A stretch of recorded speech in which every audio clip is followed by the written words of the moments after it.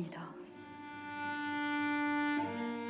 찬바람이 멈추는 날, 먼지 하나 날리지 않는 구름 거친 그날, 웃을 날이 오면 하얀 미소 피어나겠지.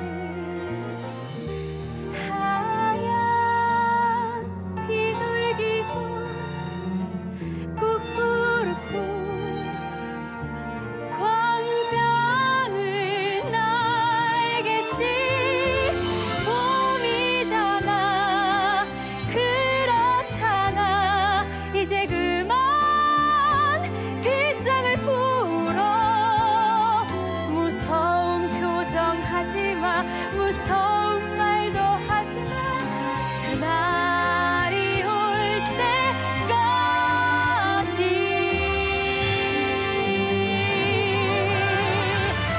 봄이잖아, 그렇잖아. 이제 그만 가슴을 열어. 그날이 올 때까지 우린 말하고 노래하고 후회 없이 사랑할 거야.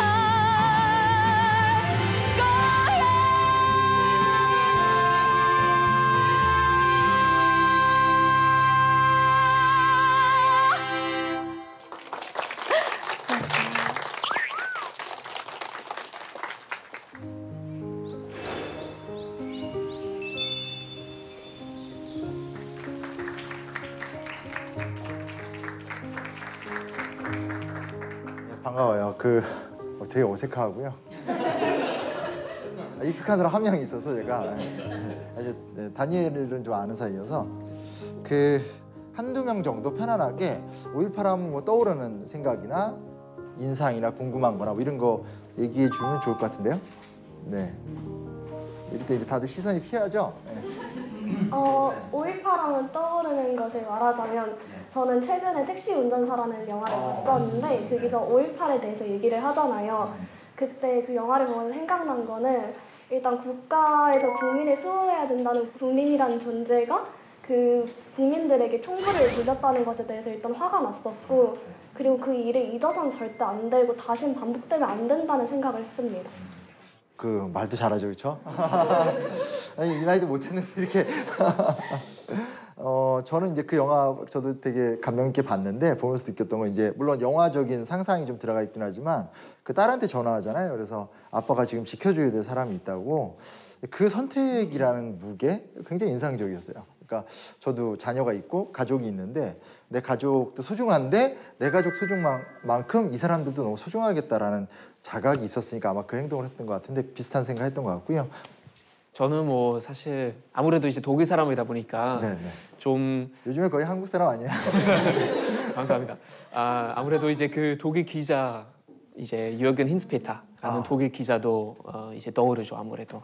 네. 가장 인상 깊은. 네. 그렇죠. 또 그 택시 운전사. 그렇죠. 거기도 이제 중요한 역할로 이제 나오고 하니까.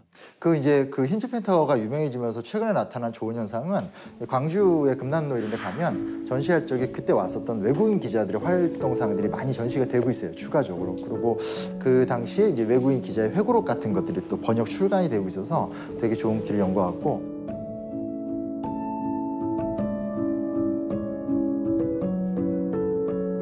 뮤지컬 찍으시지 않았어요? 네네. 5.18 광주의 어떤 주제로 저희가 뮤지컬을 끝냈는데요.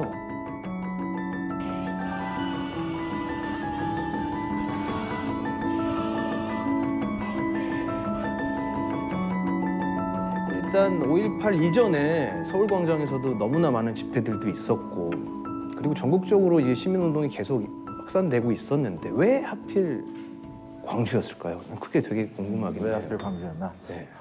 굉장히 그렇죠. 왜냐면 우리가 계엄군 얘기하면 영화를 보면 군대가 전남대학교 안에 들어가는 것만 나오는데 그게 아니거든요. 계엄령이 딱 터졌었을 땐 전국적으로 계엄령이 터졌던 거고 전국의 주요 대학에 이제 군대가 배치가 되는 거예요. 근데 중요한 사실은 전국의 주요 대학에 배치가 됐는데 그에 대해서 직접적 저항을 했던 건 광주 학생들이었고 그에 같이 격분해서 시민들이 함께 걸기를 하고 민중항쟁을 이끌어냈던 것도 특별한 부분이고 특별한 부분이었기 때문에 그 이후의 고통을 광주 시민들이 또 감내할 수밖에 없었던 부분이어서 그게 왜 그랬을까에 대한 완벽한 정답까지 도달하기 힘들지만 참 계속 묻게 되는 질문인 건 맞는 것 같아요. 저도 비슷한 생각을 좀 해보게 됩니다.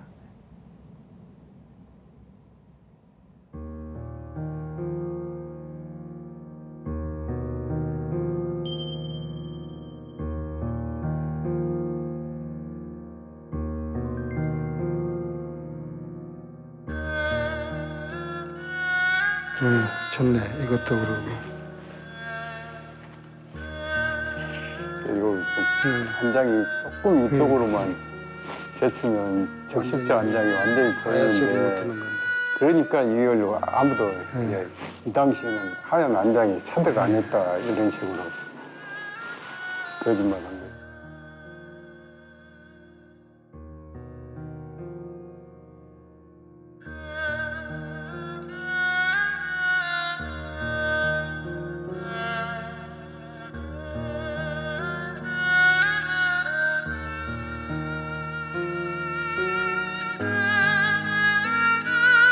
여기 한번 보시고 자, 하나, 둘, 셋.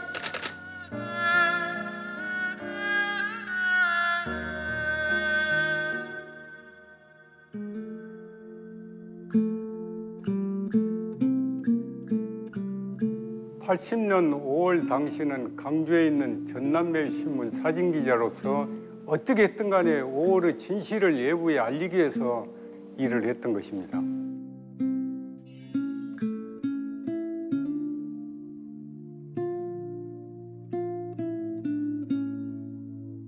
그때 당시에 UPI 통신사 사진기자로 근무했었고 지금같이 이 취재 기자들이 뭐 사건이 있으면 그때는 바로바로 못 나가니까 동양통신사하고 한국에 또 합동통신하고 두 군데가 있었어요. 동양통신사는 UPI 통신사하고 계약이 돼 있고 세계에서 들어오는 모든 통신은 우리 UPI를 통해서 받고 그때는 그런 식으로 해서 기록이 되고 또한 방송사에도 나가고 그렇게 됐었어요.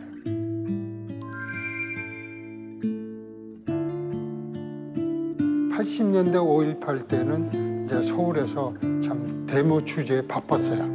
광주에 대해서는 19일 날 알게 됐어요. 또 같이 있어야 될 한 고인이 된 분이 신복진.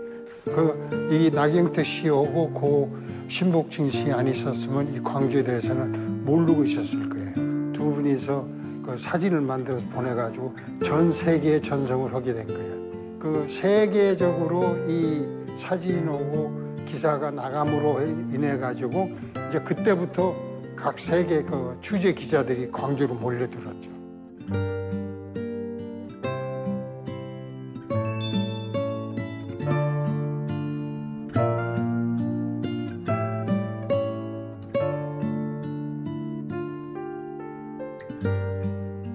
자, 그러면 우리가 역사를 공부한다라는 건 그 시대에 대해서 우리가 상상해 볼 수 있는 거잖아요. 근거 있는 상황을 이렇게 보시면 돼요. 보세요.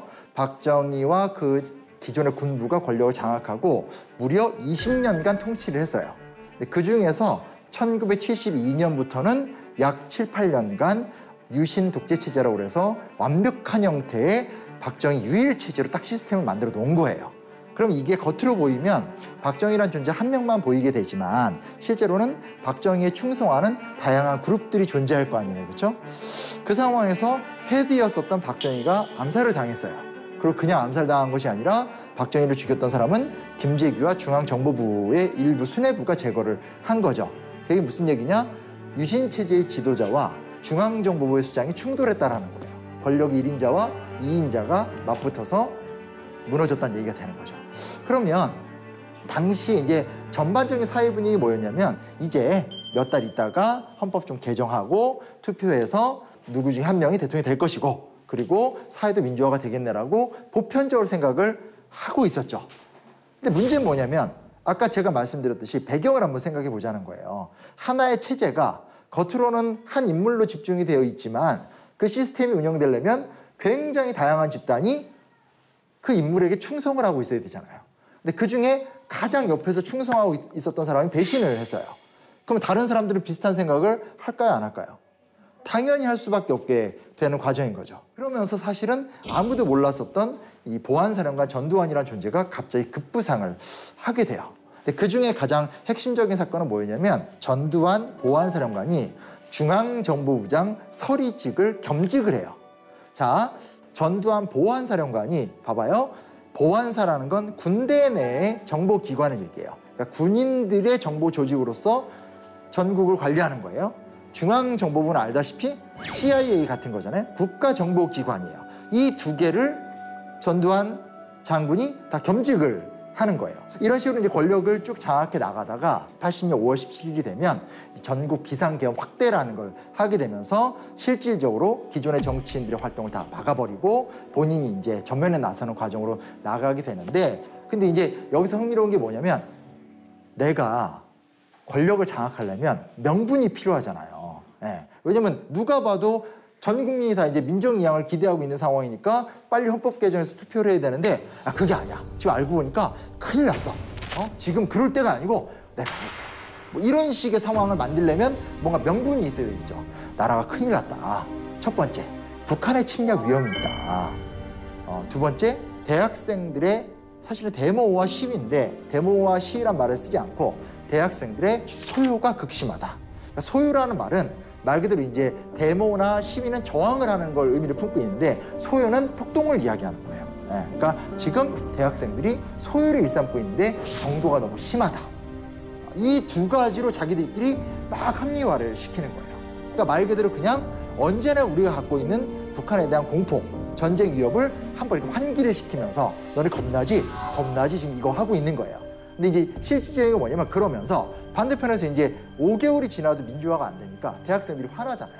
그러니까 재야 지도자 대학생들이 막 거리에 나오는 거예요. 굉장히 유명한 사건들이죠. 그래서 막 10만 명의 대학생들이 서울역 앞에 모여서 막 항의하고 시위하고 막 요구를 하게 돼요. 근데 그게 사실은 누가 봐도 민주화를 향한 요구인데 거꾸로 해석을 하는 거죠. 봐라, 사회가 너무 혼란하다. 대학생들이 선을 넘고 있다. 저 대학생들 때문에 나라가 망할 수 있다. 심지어 저 대학생들 때문에 수출길이 막히고 있고 경제활동하기 힘들다. 이런 이야기들을 군사지휘관 회의에서 막 하면서 스스로 명분을 만들어요. 이런 것들의 시간이 약 5개월 흐른 거예요. 그리고 나서 우리가 잘 알다시피 1980년 5월 17일 날 전국으로 비상계엄을 확대했고 그에 따라서 전 군이 주요 대학과 주요 지역에 분대를 다 파견을 하게 되는 거죠.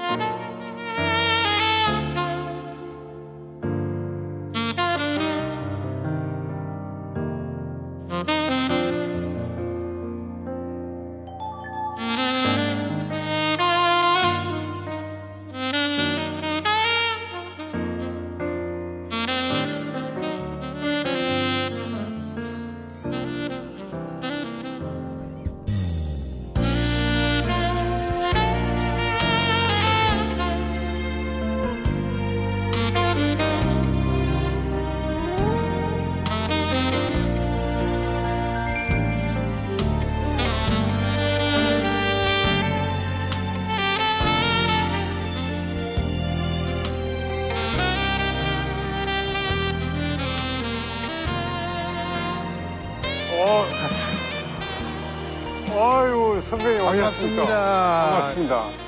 아니 근데 그때 입은 조끼신가요? 네, 이게 그때 입은. 네, 저도 80년 5월 때는 꼭 이런 색 옷을 입어서 저는 5월 되면 꼭 이런 계란색 옷을 꼭 입고 다닙니다. 10년이면 강산이 되는 거 네. 참 많이 좋아졌네. 이게 나무도 그러고. 저 나무도 많이 컸고 정문 그러고. 예, 정문도 전부 바뀌었습니다.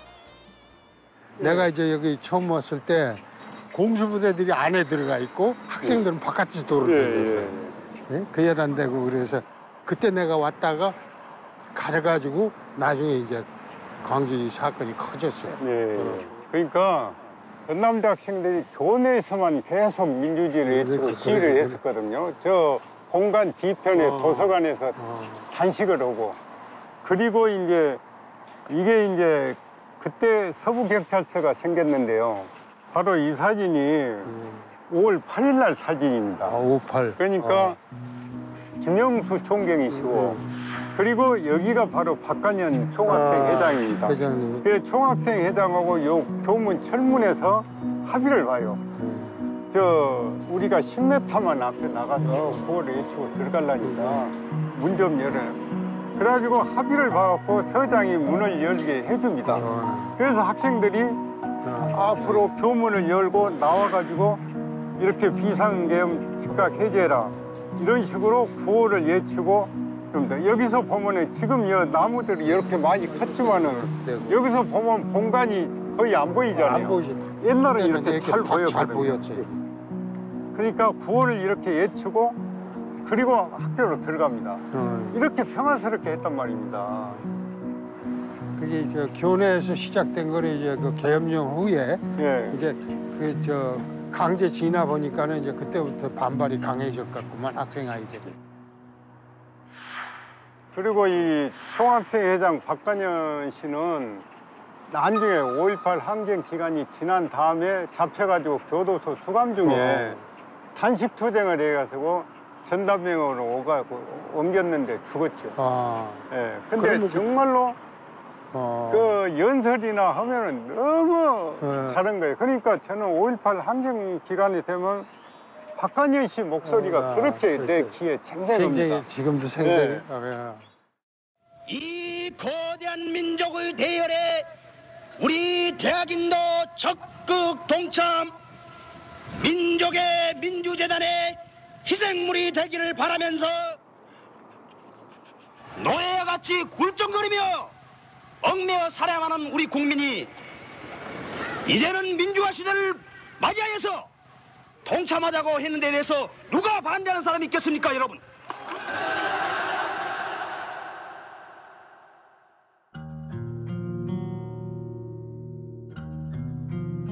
5.18 직전에는 전남대학교 제가 군대를 막 갔다 와가지고 총학생회 일을 좀 도와줬으면 좋겠다는 요청이 있어서 그래서 총학생회의 그 비밀 기획실이라는 것을 만들었어요.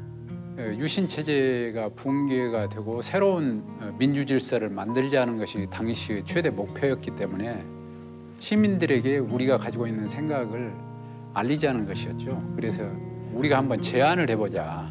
그러니까 5월 15일 날 집회를 시작하기 전에 그 학생회장, 박관현 총학생회장하고 경찰이 협조해 준다면은 괜히 이렇게 서로 희생을 낼 필요가 없지 않습니까?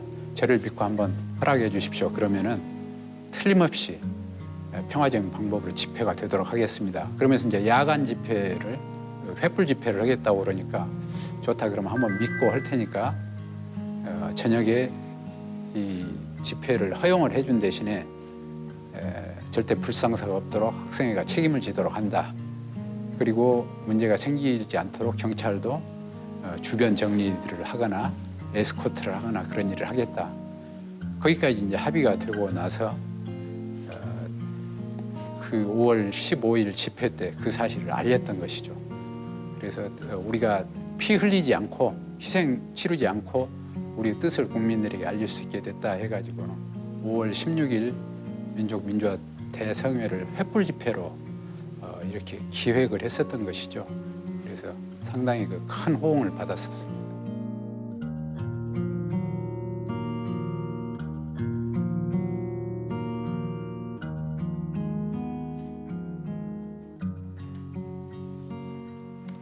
그러니까 이 이야기를 보면 5월 18일 이전 이야기가 지금 나오고 있잖아요. 그러니까 무슨 얘기냐면 우리는 5.18 당일날 딱 그날 당한 어떤 충격 위주로 생각을 하고 있지만 실제 상황을 보게 되면 민주화가 진행이 안 되고 있는 답답한 상황들이 수개월째 이어지고 있었던 상황이었던 거고, 그 과정 속에서 광주 지역에 있었던 대학생들, 이런 지식인이나 의식 있는 사람들이 계속 이것에 대한 강렬한 문제 제기를 합법적인 시위 수단을 통해서 표현을 하고 있었다는 상황을 알 수 있는 거예요. 이런 것들이 진행이 되고 있었고 된 상태에서 갑자기 기습적으로 전국적인 계엄령을 내린 다음에 군대를 주둔시키니까 자연스럽게 이 충돌이 커질 수밖에 없는 거죠. 그러니까 사실 이 사건이 왜 이렇게까지 피해 참국으로 이루어졌는가를 생각해 보면 정면으로 어떤 민의를 거스리는 행동을 했다고 보는 게 좀 정확할 것 같아요. 특히 이것에 대해서 강력한 민주주의를 요구했었던 학생들이나 지식인들 입장에선 정말 피가 거꾸로 솟는, 아니 우리가 이렇게 요구했고 이렇게 합법적으로 요구를 했는데 전두환의 답변은 이거야? 이렇게 이제 화가 날 수밖에 없으니까 강렬하게 항의할 수밖에 없는 거고, 그걸 이미 알고 있겠죠, 군인들도. 그러니까 훨씬 더 강렬한 방법으로 폭력적으로 진압을 할 수밖에 없어요. 더군다나 평소에 진압을 하던 사람들은 경찰들이잖아요. 경찰이 진압하는 방식과 군인이 진압하는 방식은 전혀 다른 방식이거든요. 말 그대로 강력한 군사력으로 이것을 찍어 누르려고 하니까 진압이 너무나 심각하게 진행될 수밖에 없는 거고, 진압이 심각해지니까 그에 대한 시민적 저항도 더 강렬해질 수밖에 없는 상황으로 흘러갈 수밖에 없다는 것들, 이런 것들에 대해서 우리가 좀 감각적으로 이해하고 느낄 필요는 있을 것 같아요.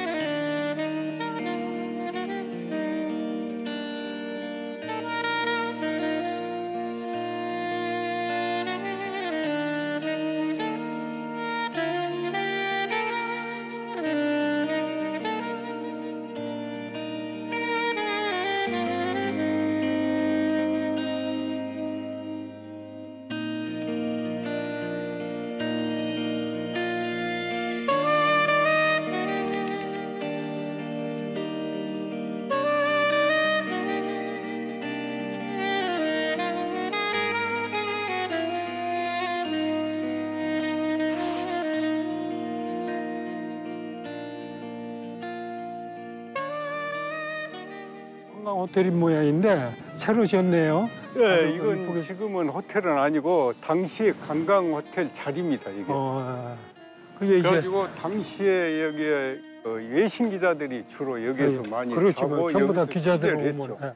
우리가 이제 그 여기에 있다 관광 호텔에 있다가 나중에 이게 이 건물 자체가 그 뭐라고 그럴까 메인 포인트가 되니까 우리가 그 뒤에 그 연습들에 가가지고 외신 기자들이 많이 있었어. 예, 예. 지금 여기가 도청인 모양인데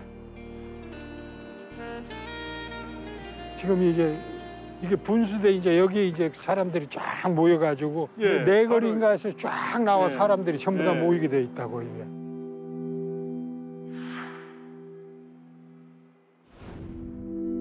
네, 이제 18일부터 얘기를 할게요. 18일 날은 제가 다니는 호남동 성당 본당의 날이었거든요. 야외 미사를 지내는데 막 시내에서 사람들이 오면서 강주가 난리가 났다는 거예요. 그래서 이제 제가 그대로 뛰어서 나와서 보니까 금남로가 얼마나 체류탄을 쏴든지 방독면을 쓰지 않고는 다닐 수가 없을 거예요. 예. 그리고 이제 공수부대리 젊은이들 가면 두들겨 패고 그러더라고요. 사실 좀 따져볼 필요가 있어요. 왜 이렇게까지, 그리고 슬그머니 이야기를 하다 보니까 군인이 배치된 데를 넘어서서 공수부대라는 단어가 나왔어요. 근데 이제 공수부대라는 것은 이제 직업군인들 위주로 구성이 돼 있고, 공수부대는 훈련받는 방식 자체도 아예 다르고 훨씬 더 체계적이고 힘든 훈련을 받고 전쟁이 나면 특수작전을 수행하면서 적진에 들어가는 중요한 역할들을 하거든요. 그러니까 말 그대로 공수부대라는 것은 우리 역사에서 한반도를 지키고 또 한반도를 공격하는 외적을 구체적으로 타격하기 위해서 만든 아주 중요한 전술적인 공격부대인 거예요. 근데 전술적인 공격부대가 지금 광주에 와 있는 거예요. 황당한 상황이죠. 이게 사실 처음은 아니었어요. 언제 처음이냐면 공수부대를 투입해서 시민들을 직접적으로 타격하는 방식은 부마 민주항쟁 때 처음 나타나요. 그리고 나서 5.18 때 연이어서 등장을 하게 되는 거예요.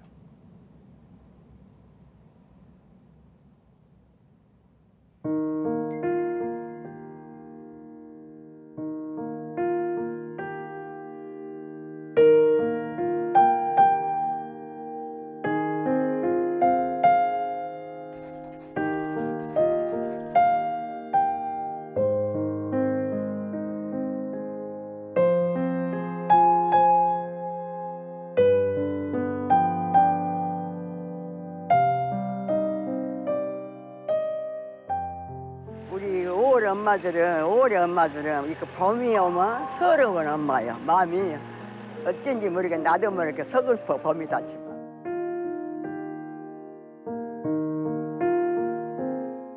우리 아들은 19일 날 전화가 와서 우리 둘째 아들한테 형이 안 들어왔다고. 그래서 야, 귀가 잘 안 들리니까 누가 말을 안 해줘서 그냥 친구 집에서 그냥 통금지가 그때 7시였어. 통금지가 있으니까 뭐다고 장갑다 이렇게 생각을 했거든요. 근데 그때 내가 여기 시내를 나서 본 게 팬티만 입고 여기 딱 여기 중집 앞에 여기서 막 이렇게 기침을 좀 홀딱홀딱 이렇게 뛰갖고 잘못하면 공공으로 떼면서 차에다 키를 올리는 것을 내가 봤어요. 트럭에다 싣고. 근데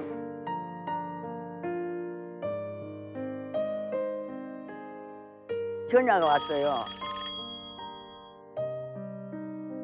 어디냐, 그 적자병원, 여기 적자병원 병원에 입원해가 있으니까 와서 보라고. 그래서 이제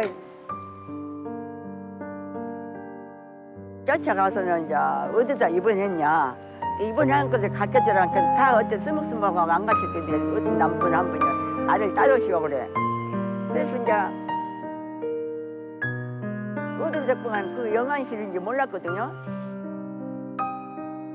하라고 이렇게 이러면서 확인을 하라고 이렇게 환입을 딱 걷어줬지.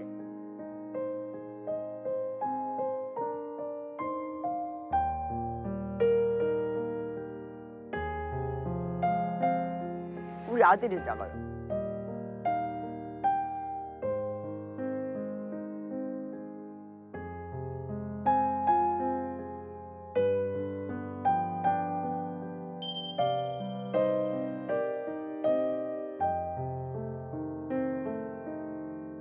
여기 가면은 이름을 부르면 안 돌아본 거예요. 안 들리니까. 공복으로 심게 막 악을 쓴 게 너무 많이 때려버렸던가 봐. 애기가 이제 감찰 부장으로 있어서 농학교. 감찰 부장 그 직명이 있었던 거 그것을 내보여도 소용없이 그렇게 띠들이 팼다 그 말이요.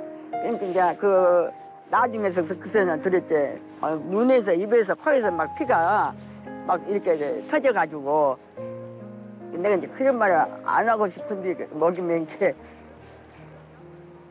아들이 갑자기 그렇게 세상을 떠먹게 뭐 잠을 자도 들어온 것 같고 밥을 먹어도 같이 옆에서 밥을 먹는 것 같고 나가 그렇게 장사해서 애기들이 가르친 것을 너무 마음 아프게 생각하고 저 30살 먹고 엄마 50살만 먹으면 엄마 참 양아점 사장짜리도 안 킨다고 저하고 나하고 도장을 찍고 그만하라고 한다. 너무너무 나한테 잘하고 이렇게 그렇게 죽으려고 그랬으니까 그때 당시에 너무 무섭게 애기를 못 먹이고 그런 것만 생각하면 가슴이 찢어지려고 해요. 지금은 이렇게 좋은 세상에 잘 먹고 산 것을 보면 너무 마음이 아프고 못 믿고 못하게만 생각나면 마음이 아픕니다.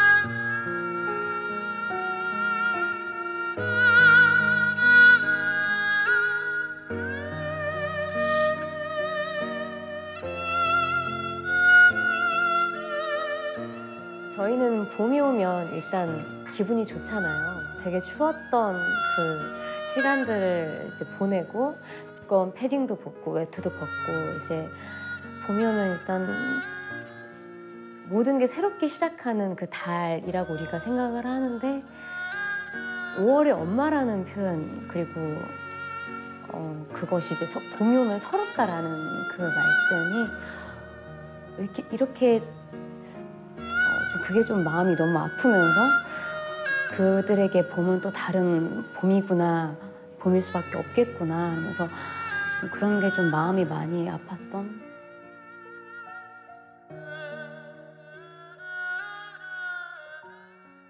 그래서 이제 들어가지고 19일 날에 이제 월요일 아니었습니까?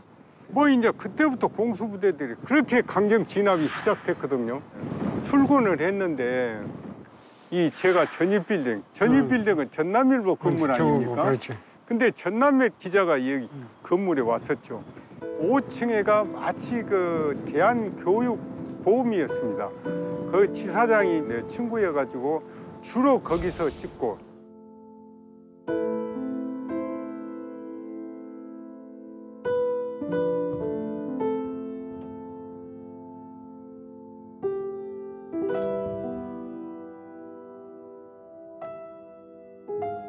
이제 19일자에 저희들이 신문에 내겠다고 이 사진들을 전부 만들었는데 계엄당국에서 이런 지하에 그러니까 심지어는 사진은커녕은 기자들이 본 기사 한 줄도 못 썼습니다.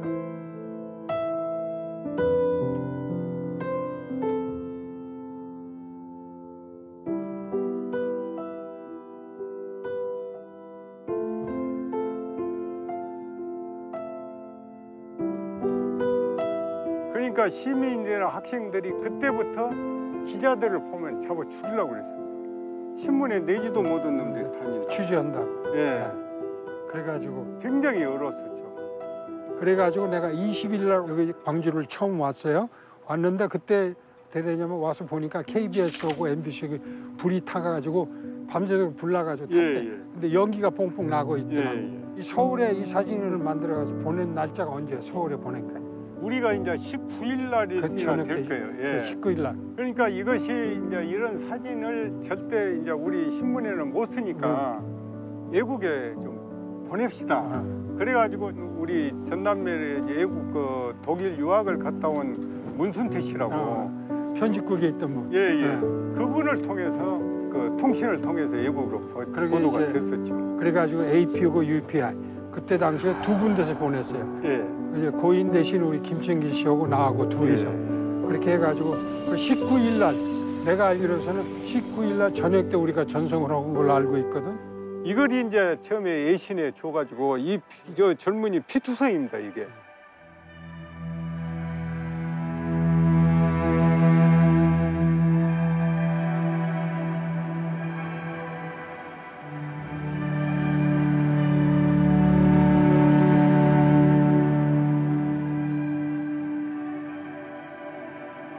이건 내가 처음에 보낸 사진이야. 다시 찍어가지고 확대해서 보낸 거가 이렇게거든. 왜냐면 거리가 멀어가지고 장갑차가 많이 나왔어. 많이 나와 있고 이 사진 때문에 그때 당시에 문화공보부 장관이 우리 사무실 찾아와가지고 이 사진 이거 가짜 아니냐. 그래서 내가 뭐라고 그랬냐면 당신 외신들을 어떻게 보고 그런 소리 하느냐. 우리는 절대 그런 가짜 사진 같은 거 못 보낸다. 이 사진 어떻게 났느냐. 그건 말 못 해준다. 법적으로도 강요를 못 하게 돼 있어. 그래서 그런 사건이 있었어요. 이 사진.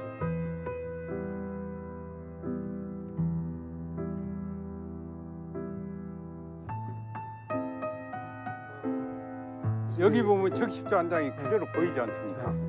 이게 적십자 안장을 찬 공수부대입니다. 적십자 안장을 찬 공수부대는 의무병은 적군이 피를 흘렸더라도 치료를 해줘야 할 의무가 있거든요. 그렇지.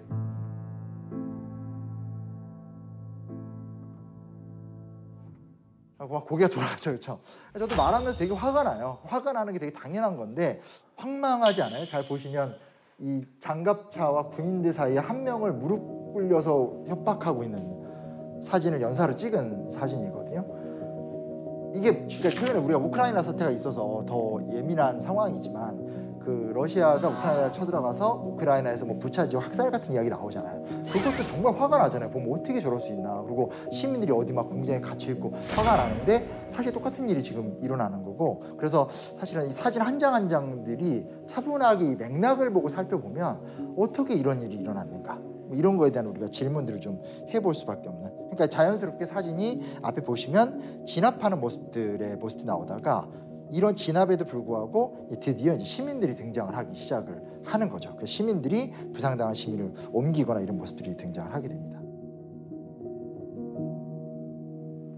그리고 이제 이 사진은 이 젊은이가 공수부대가 쫓으니까 카톨릭 센터 1층에 하원이 있었습니다.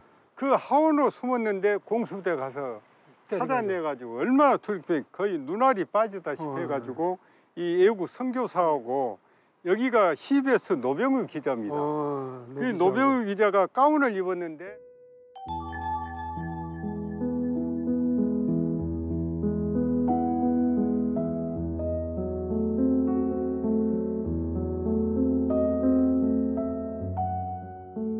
금남로 2가에 우리 방송이 있었어요. CBS 지금 카톨릭 센터 그 7층에 가 있었는데 이날 출입처에서 취재를 마치고 방송국에 들어가는데 그 앞에서 툭툭 내 앞에서 떨어진 걸 내가 봤거든요. 접근을 할 수가 없어요, 방송국에. 그래서 얼른 병원으로 들어갔어요. 방위시계과에 들어가서 원장실로 이제 갔죠. 원장실에 갔더니 원장실에 그 원장과 여기 나와 있는 외국인 있죠. 나중에 내가 알았지만 저 사람이 평화봉사단원이에요. 팀 원버그라고 원장하고 대화를 하는데 원장이 이 사람은 바로 지금 빨리 큰 종합병원에 가서 수술을 받지 않으면 생명이 위독하다는 이야기를 하는 거예요. 전쟁이 나도 의사나 간호사에게는 총을 쏘지 않는다. 그런 그 룰이 있잖아요. 그래서 원장에게 가운을 벗어주시오. 그리고 들 것을 내서 이 사람을 들고 가겠습니다. 했더니 저 가운을 주어서 내가 입고 그리고 나하고 둘이 들고 간 거예요. 굉장히 힘든 거예요. 이제 금남로에 쭉 가니까 계엄문으로 들어오니까 전부 이렇게 내다보고 있는 거예요. 그래서 내가 하도 힘들어서 좀 나와주세요. 좀 나와주세요. 와서 좀 같이 부축해주라 하니까 여기 세 분들이 온 거예요. 그래서 나는 뒤로 가고 원버그도 앞자리에 뜨다가 이렇게 옆으로 오고 힘드니까 이 사람도. 그래서 이 세 분이 와서 좀 도와줘가지고 같이 도청 앞 분수대까지 앰뷸런스가 벌써 와서 대기하고 있더라고요. 그래서 태워놓고 나는 택시를 타고 전대병원으로 이제 갔던 거죠. 나중에 알았어요. 임정아 씨라고 금남로 2가에서 꽃집을 하던 분이었고 나를 만나면 생명의 은인이라고 그래요.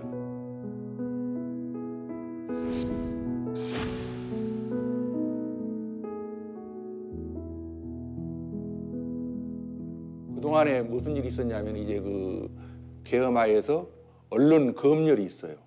기사를 쓴다고 해서 나가는 것이 아니었어요. 그러면 그 도청 지하에 가면 옛날에 그 보안사라고 하는 그 직원들이 앉아가지고 언론을 검열합니다. 이제 나만 겪는 게 아니고 각 방송사나 신문사들이 다 같이 겪었겠지만 그 사실대로 보도를 못하게 해요.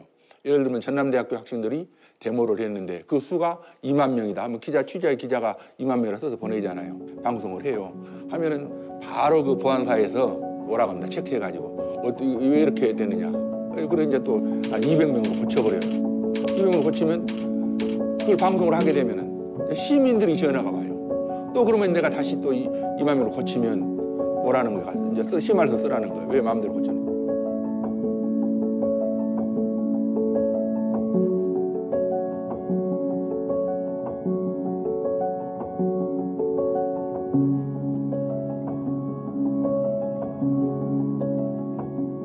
제가 휴학을 하다가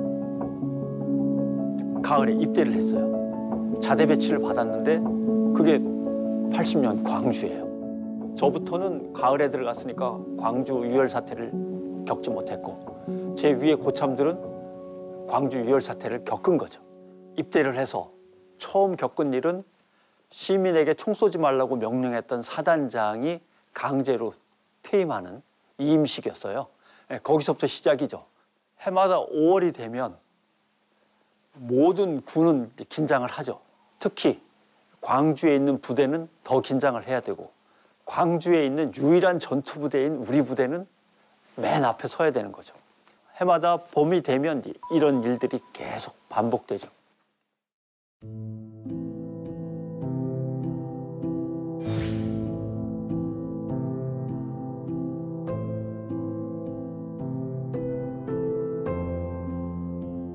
저는 83년, 84년에 기자하면서 관련된 민주화운동 단체들을 취재 나가서 그때 귓속말로 언제 오시면 됩니다 라고 하면 가서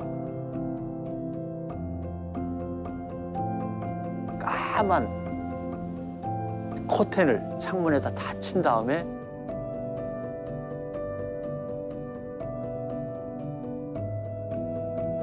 몰래 모여서 독일에서 건너왔다는 광주의 그 참상을 담은 비디오 테이프를 함께 볼 수 있고, 봐도 기사를 쓸 수 없었으니까 답답하긴 하지만 아, 저게 광주의 이제 참상이구나라고, 광주의 실상이구나 하는 걸 그때 이제 확인해 나가는 그런 시절을 보낸 거죠.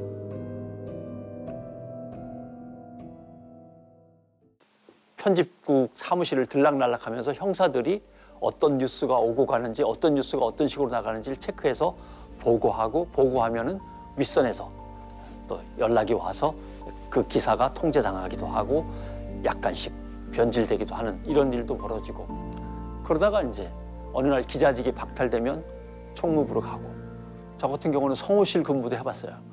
성우실에 가서 할 줄 아는 거 아무것도 없으니까 그냥 하루 종일 앉아있다 나오는. 얘기 듣고 있으면 좀 황당하죠? 솔직히 뭐 이렇게 믿겨지지 않는 듯한 이야기인데, 그러니까 이 당시 이제 보도지침이란 말이 유명해요. 그러니까 말 그대로 보도를 하는 것을 이렇게 보도해라라는 지침이 내려오게 되는 거죠. 박정희 정권 때부터 시작이 됐고요. 실제로 전두환 정권 들어와서 더 강화됐고, 이 보도지침이 완전히 해제되는 데까지는 민주항쟁, 87년 민주항쟁이 와야 되는 과정이기 때문에 굉장히 좀 힘들었던 과정들이라고 볼 수 있겠고, 그래서 실제로도 당시에 이제 5.18 당시 때 보도 같은 것들도 분석을 해보게 되면 처음에 하루 이틀은 아예 보도 못하게 해요. 그러니까 보도가 안 나와요. 그 다음에 보도를 하는 건 이제 선별적 보도를 하게 되는 거죠. 시민들이 폭력행위를 했다. 그리고 시민이란 말보다 폭도라는 말을 굉장히 많이 썼어요. 그래서 폭도들이 물건을 부셨고, 방송국을 불태웠고, 언론사를 공격했고, 기자들을 때렸고, 그리고 일부 폭도들은 뭐 다른 집에 가택에 쳐들어가서 사람을 죽였다더라. 그 뭐냐면 이런 부분이 있어요. 우리 앞뒤를 다 잘라내고 접근하는 경우들이 있거든요. 그러니까 앞뒤를 다 잘라낸다는 말은 무슨 얘기냐면, 어찌됐건 폭력은 나쁜 거 아니에요? 네. 왜 방송국을 불태웠어요? 근데 지금 뭐 폭력 행위 자체가 절대적으로 옳다, 누가 그런 걸 변호를 하겠어요. 그러나 중요한 사실은 뭐냐면, 왜 맥락이 이렇게 갔는가, 왜 그때 시민들이 극도의 분노를 MBC 방송국, KBS, CBS에 품으면서 방송국 불을 냈는가, 전체적인 맥락을 이해하면서 사건을 봐야 되는데, 이게 지나간 사건이 돼버리고, 특히 유튜브 같은 걸로 보게 되면서 다른 거 다 빼고 편향적인 정보만 뽑아서 그 안에서 맥락을 턱 만들어서 던져버리니까, 전체적인 맥락을 모르는 사람 입장에서 보면 에이, 이거 잘못했네, 이런 얘기가 사실 나오는 거예요. 그래서 중간중간 과정과 시위 속에서 왜 이런 사건들, 폭력행위가 시민들에 의해서 자행이 되는가, 혹은 왜 무장까지 진행이 될 수밖에 없었는가는 이런 흐름을 좀 이해해 줬으면 좋겠고요.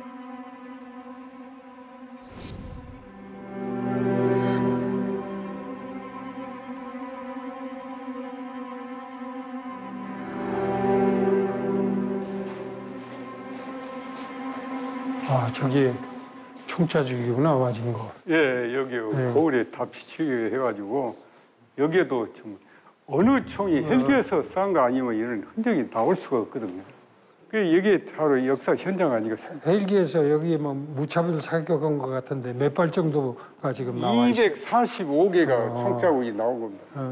근데 이제 보십시오만은 저기가 강감호텔 자리거든요. 저기에서 군인이 쐈다 해도 이 총이 이렇게 옆으로 가지고 이렇게 헬기가 아니면 여기 앞에가 높은 건물도 없지 않습니까? 그 헬기가 저 앞에서 쏴가지고 그러죠. 그냥 쐈다는 얘기. 그런데 아직까지 이제 누가 쐈다는 헬기 조종사는 나타나지가 않고 있죠.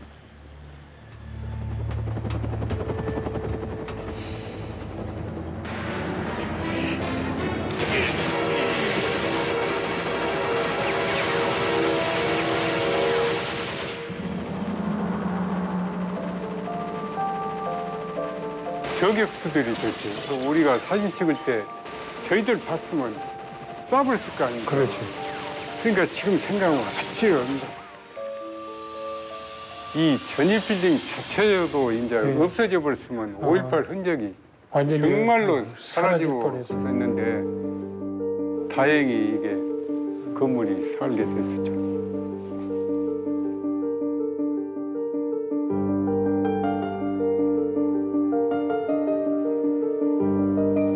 우리나라 그 역사를 보면은 참 광주는 참 우리 자유와 민주를 되살려준이라고 그랬지만 참 너무 비참해요. 너무 비참하고 너무 대가가 컸고 헬기에서 이렇게 해가지고 발사하고 온 게 지금 우리가 있는 이 건물이 이제 그 앞에 있는 것이 저거.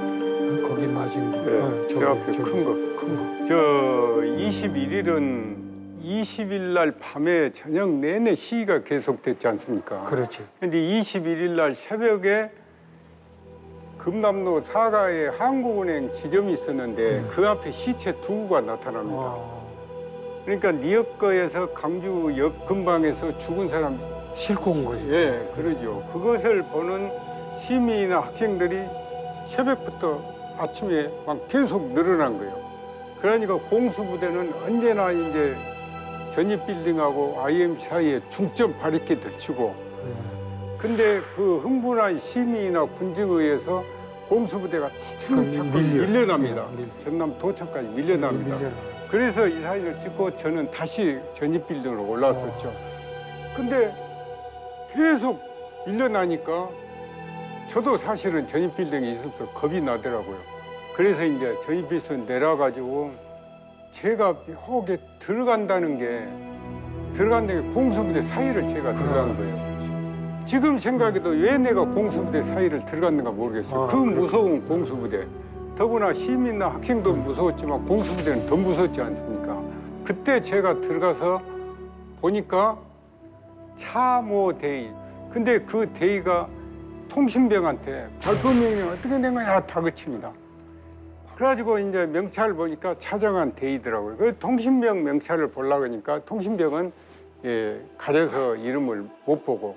근데 통신병이 당시에 이제 발표 명령이 아직 안 떨어졌습니다. 그래요. 그 소리를 그 사이에서 유일하게 민간인으로 2km 그것을 들은 거예요. 그러면 이제 우리 나 기자가 그 처음에 봐가지고 통신병한테 그게 연락을 받아서 그 대위가 발표를 했을 때 처음 그 시간은 몇 시간 정도 됐어요? 그때 다그친 시계를 보니까 12시 40분이었습니다.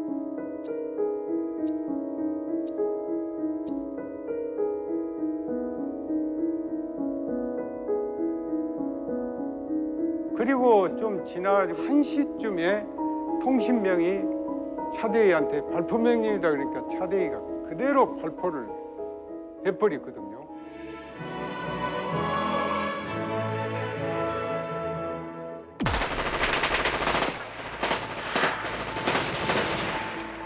(5월 21일) 오후 1시 계엄군은 금남로에 운집한 수만 명의 광주 시민들을 향해 집단 발표를 하였습니다. 이로 인해 54명 이상의 총상 사망자가 발생하는 참사가 벌어졌습니다. 계엄군의 총탄을 피해 흩어진 시민들은 곳곳에서 시위를 이어갔습니다. 전두환을 물러가라!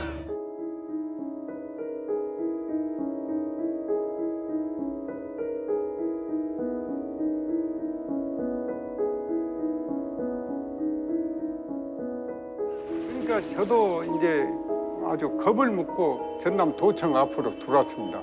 도청 앞으로 들어와서 보니까 중앙에서 온 합동통신 최종현, 중앙일보 이창성, 또 황종건,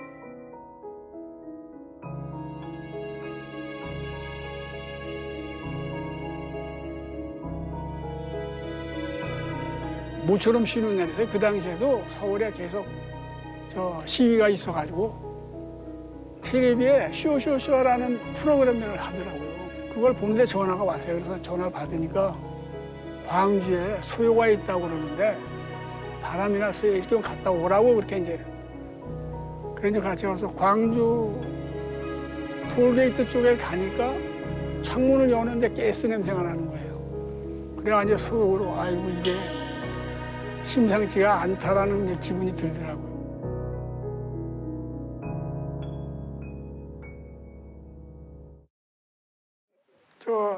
도청 앞에 가면서 시위가 이제 있다라는 건 생각을 했는데 차가 딱 타는데 앞에 저렇게 갑자기 자전거를 타고 이렇게 저기 했는데 갑자기 2단 옆차고 이렇게 차는 거 순간적으로 볼 때 운전기사하고 뭐 저거 다 놀랬잖아요. 그래서 그냥 뭐 갑자기 그거를 처음에 봤을 때 심장이 딱 멎는 것 같아요. 순간적으로.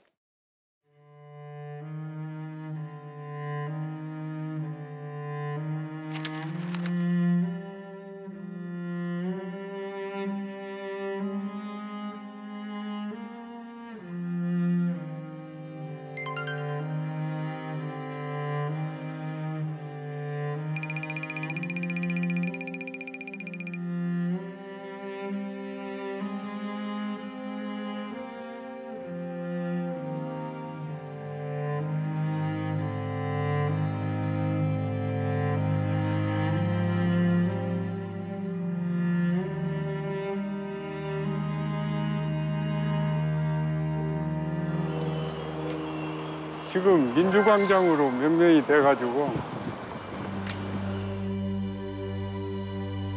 꽉 차가지고 저까지 막 들이차고 그랬었는데 많을 때는. 그러죠. 저 건물 옥상까지 올라가고.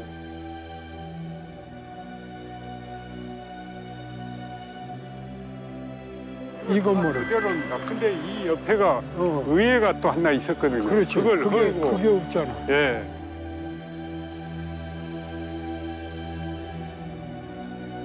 (5.18) 최후 항쟁의 배 전남도청.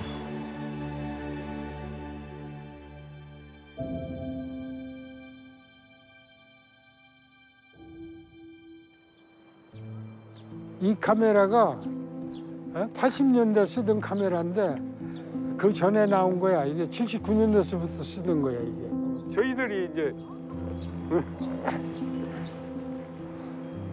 여기 5.18 때 288로 이 망원 렌즈 하나 망원 이거 그렇지. 이걸로 그리고 찍었잖아. 표준하고 아이드 된 거 항상 2대를 가지고 흑백 필름 빵빵히 들고 찍으면 또 그것을 뺏길까 봐서 어디다 저는 숨겨놓고 그랬었죠.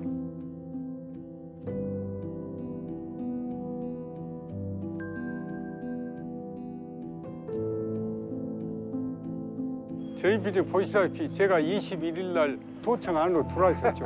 그리고 그러니까 무서워서. 이 건물 안으로 이제 가면 이 뒤에 마당이 있거든요. 일본 밑감이상하고 서울선 기자들을 제가 연루해가지고 이 담장을 넘어서 대도여관에 올라갔었죠. 대도여관 1층이가 있는데 총소리가 나는 거예요.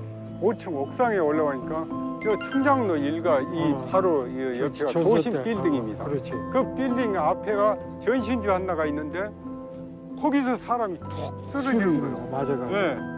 그래서 이제 어디서 저격수들이 그대로 남아 있더라고요. 공수부대를 다 퇴각을 했는데. 그래가지고 그 옥상에서 그걸 찍는데 금남로에서 헬기가 와가지고 우리를 겨냥한 거예요. 그래서 막 카메라를 보여주면서 살려달라고 내려왔었죠. 7시는 좀 못 됐고 6시는 좀 지났고 그때 여기가 호남동 성당이라고 있었거든요. 2층 그 성가대 자리가 있거든요. 거기에서 자고 아침에 나오는데 우리 수녀님이 그 천으로 저희 시장 바구니를 주워가지고 카메라를 숨기고 다니더라고요. 감춰가지고 다니라고. 예. 그리고 이제 거리 나와서 보니까 도청이 옥상에가 태극기가 조기가 팔랑거리더라고요. 그래서 망원렌즈 288로 내서 바로 찍는데 간첩 나타나고 제가 얼마나 곤욕을 치른지 모릅니다. 뭐 그때 뭐 후딱 보면 감첩이고 뭐 네. 아주 그렇게 시민들이 철두철미하게 감시를 했는데 북한군 600명이 내려서 5.18 항쟁.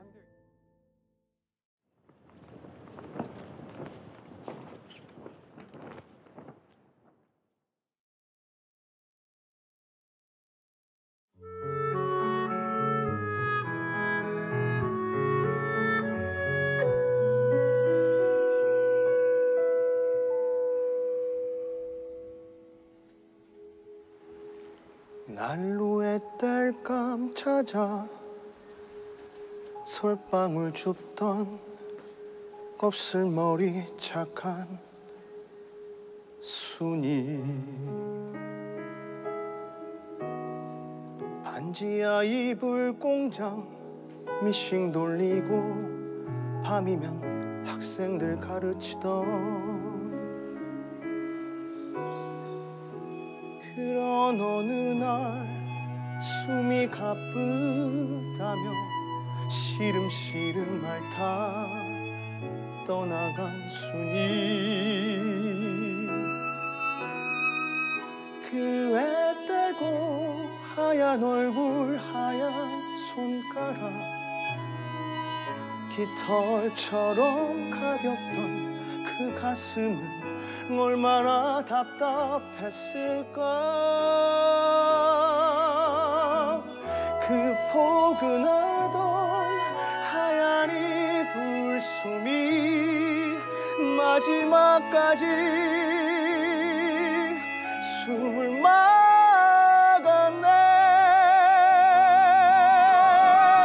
숨이 인생도 하얀 이불 속처럼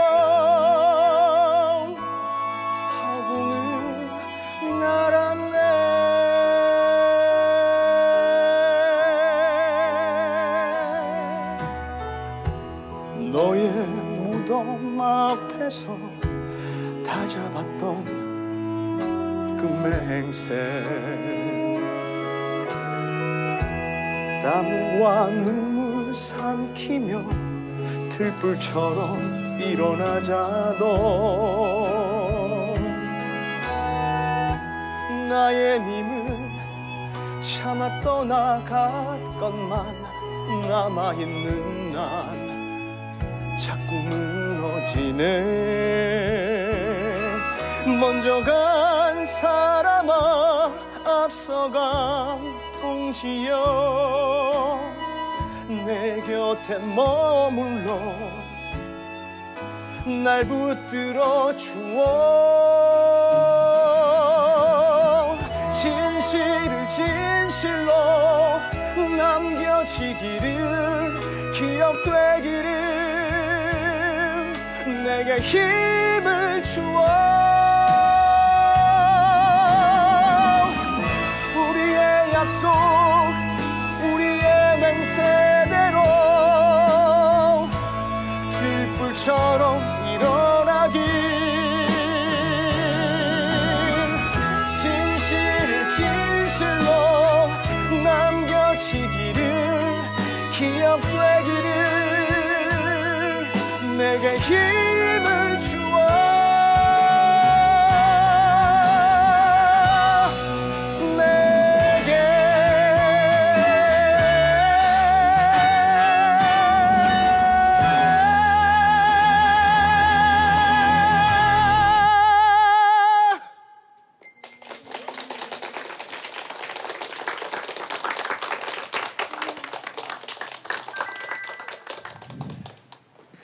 지금 이제 뮤지컬 광주에서 윤상원 운동가의 역할로 유니건이라는 역할을 맡아서 했습니다. 예, 그래서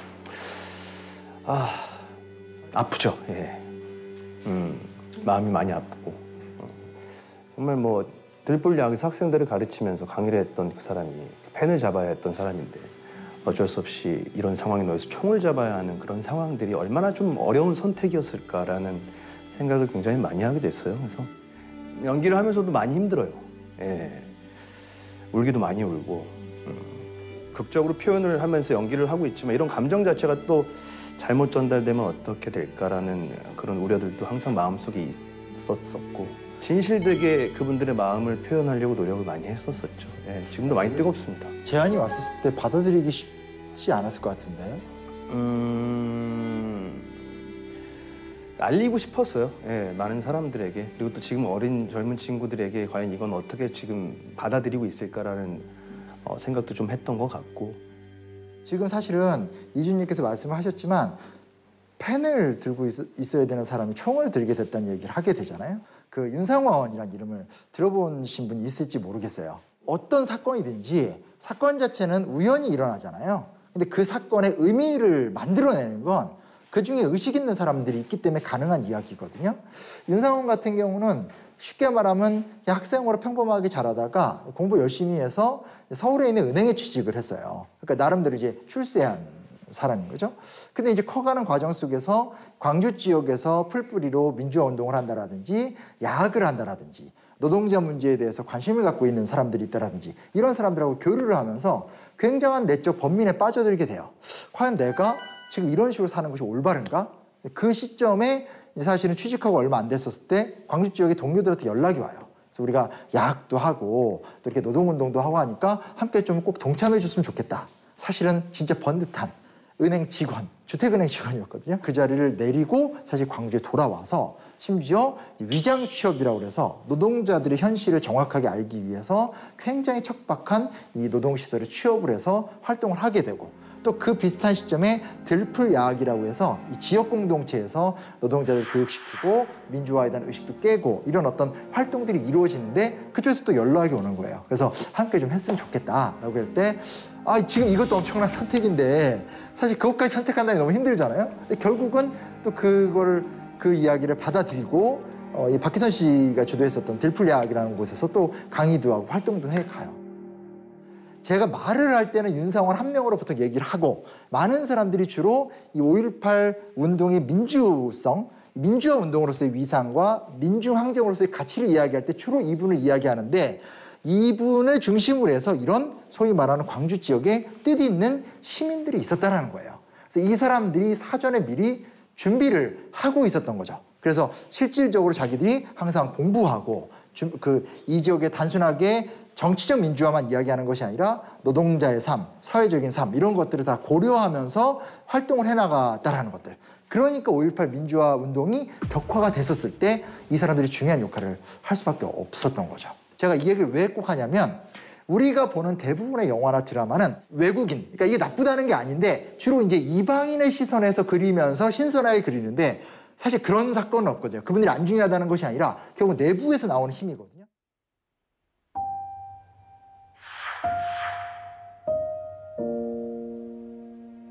(27이었습니다) 그래서 무등장 앞에서 구두를 닦았습니다.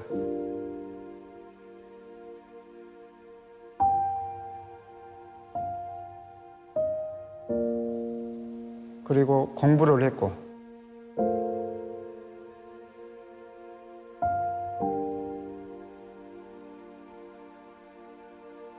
그거 보니까 맞아갖고 죽었는데 분노 안 날 수가 없죠. 사람이 죽었는데 이제 자꾸 보니까 그것이 손이 가고 만져지고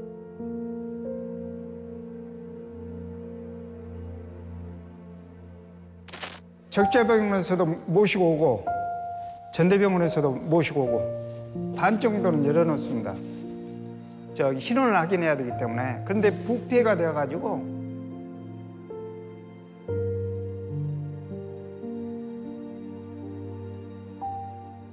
참 처참했어요. 그때는 시신이 부패돼서 냄새난다 그런 생각을 안 가졌어요. 저를 도왔던 모든 분들이 참 고생 많이 했어요.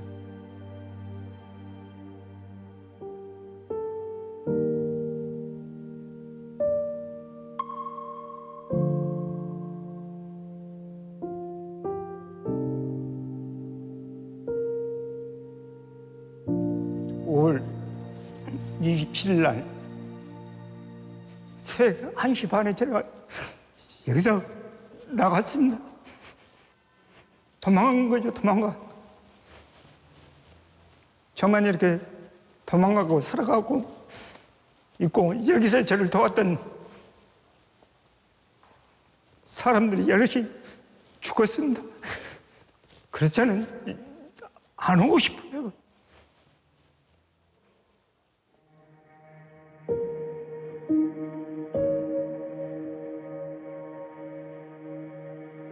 저는 생각이 자꾸 나고 진 사람이 여기서 뭘 하겠습니까? 그래서 제가 도청을 잘 안 바라봅니다.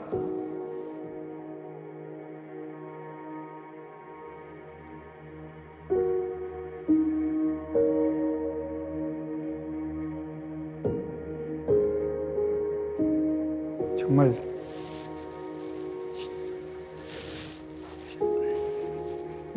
심장을 도려내듯이 아픈 기억입니다. 제 차들은.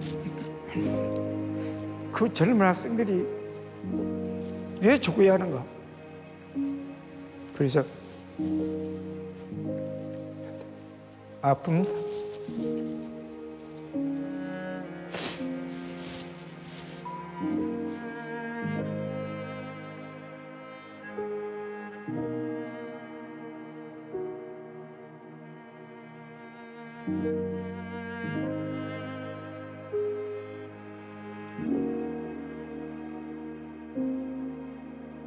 사건이 협상을 시민 측에서 이야기를 하고 문제를 풀려고 하는데 군인들이 안 풀잖아요. 그래서 아마 영화 같은 것들 본 분들을 기억하겠지만 군대가 한번 쑥 빠지죠. 쑥 빠지면서 시민들이 걸기 집회를 매일매일 열면서 우리들의 정체성을 확인해보고 사실은 막 논쟁도 많았어요. 왜냐면 이게 지금 너무 큰 사건이 벌어지니까 이걸 어떻게 대처해야 되는가에 대해서 다양할 수밖에 없고 그러니까 그 안에서 소위 말하는 뭐 온건파도 있고 강경파도 있고 끝까지 싸워야 된다는 사람들도 있고, 야, 넌 그래도 내가 버틸 테니까 넌 가. 이런 여러 갑론을박이 진행되는 상황에서 결국 나중에 보면 그 전남도청에 마지막 시민군들이 몰려 있게 되고, 그곳에 결국은 군대가 들어와서 완벽하게 강경 진압을 하잖아요. 보통 우리가 봤었던 영화의 마지막 장면들이 그런 식으로 이제 귀결이 되게 되는 건데, 마지막까지 남아서 함께 죽었던 사람들이 있어요. 근데 그 사람들 중에 일부는 평범한 학생들이에요. 이게 되게 좀 아파요, 저도. 그리고 왜 한국의 역사는 이렇게 젊은 청춘들이 이렇게 감당했어야만 하는가에 대한 답답함도 있고, 하지만 정말 대단하다라는 솔직한 생각도 있고, 제가 3명만 이름 말씀드리는데 한 명 문재학이라는 이름이에요. 당시 고등학생이었고요. 도청을 사수하다가 죽었어요. 그리고 또 한 친구는 박송영이라는 분이에요. 이분도 고등학생이었어요. 조대부고 3학년이었고요. 또 한 명은 안종필이라는 분인데 이분도 고등학생이었어요. 지금은 이 연배가 64년생, 63년생, 당시 고2, 고3이고 다들 1980년 5월 27일 그 마지막 날에 다 돌아가셨죠. 일부 수기가 남아있는데 그 이야기는 제가 자세하게 해드리기가 그런 게 너무 작아요. 그러니까 무슨 얘기냐? 사실은 되게 단순했어요. 내 친한 형이 거기서 있는데, 내가 맨날 보던 형이 죽었는데, 내 가족의 친구가 다쳤는데 내가 이걸 어떻게 외면하느냐. 이게 투쟁의 이유예요. 사실은 우리가 여기서 되게 진지해야 될 필요가 있는 게 뭐냐면, 저도 나이가 많이 들었지만 나이가 들어가면서 사람들은 굉장히 비겁해지는 것 같아요. 근데 중요한 게 뭐냐? 왜 이때 끝까지 고등학생들이 있었을까? 역사의 고비고비 때 왜 학생들이 이렇게 나와 있을까? 저희들이 고등학생이잖아요. 맞아요. 근데 과연 내가 거기 그 사건에 있어도 과연 그렇게 행동을 할 수 있었을까? 죽음을 이렇게 각오를 하고 내 목숨도 소중하긴 한데 이 사회를 위해서 과연 내가 이 목숨을 바칠 수 있을까? 정말 존경했던 것 같아요. 한마디만 잠깐 하자면, 저희 독일에서도 이제 그 백장미라는 단체가 있었는데 히틀러 이제 저항했던 대학생들이었거든요. 21살 이제 소피하고 한솔 이제 그 남매가 사실 거기서 제일 중심인데, 그 친구들도 굉장히 어린 나이 이제 잡혀서 게스타포에 잡혀서 결국 사형 당했거든요. 근데 저도 쌤처럼 그러니까 똑같은 생각 많이 하게 되는 것 같아요. 왜 하필 항상 젊은 친구들이 이렇게 저항할 힘이 있고 저항할 용기가 있고 나서서 이렇게 당해야 될까? 진짜 어쩌면 나이 든 사람들은 더 비겁해져서 그런가, 너무 많이 알아서 그럴 수도 있고. 근데 어쨌거나 그런 역사적인 안타까운 사건들 보면 항상 젊은 친구들이 많이 당하고 있는 것 같더라고요. 백장미단? 네, 백장미. 이것도 우리 같이 기억하면 좋을 것 같아요.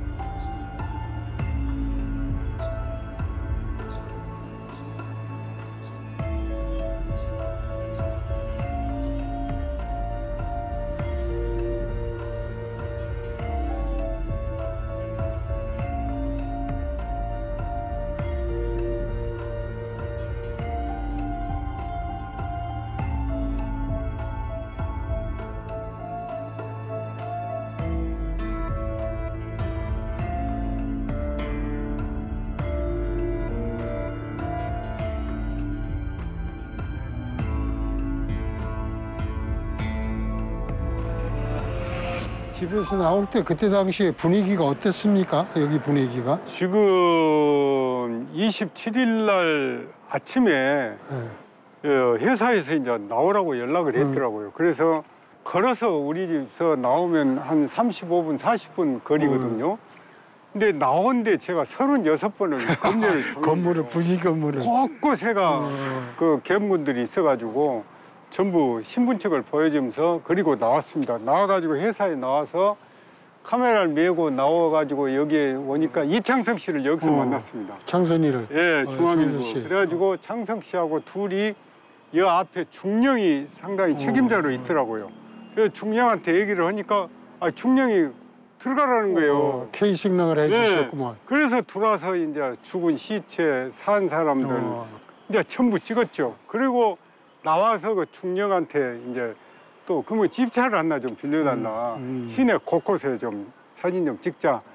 그래가지고 이제 중흥동으로 이렇게 돌아다니다가 얘들 무릎 꿇혀놓고 그때만 해도 시내 곳곳에가 탱크가 또 있더라고요. 그래서 탱크 배경으로 그런 것도 다 찍고 그리고 이제 저 서구 돌고개라고 거기를 가니까 탱크가 한 20대가 있는 거예요.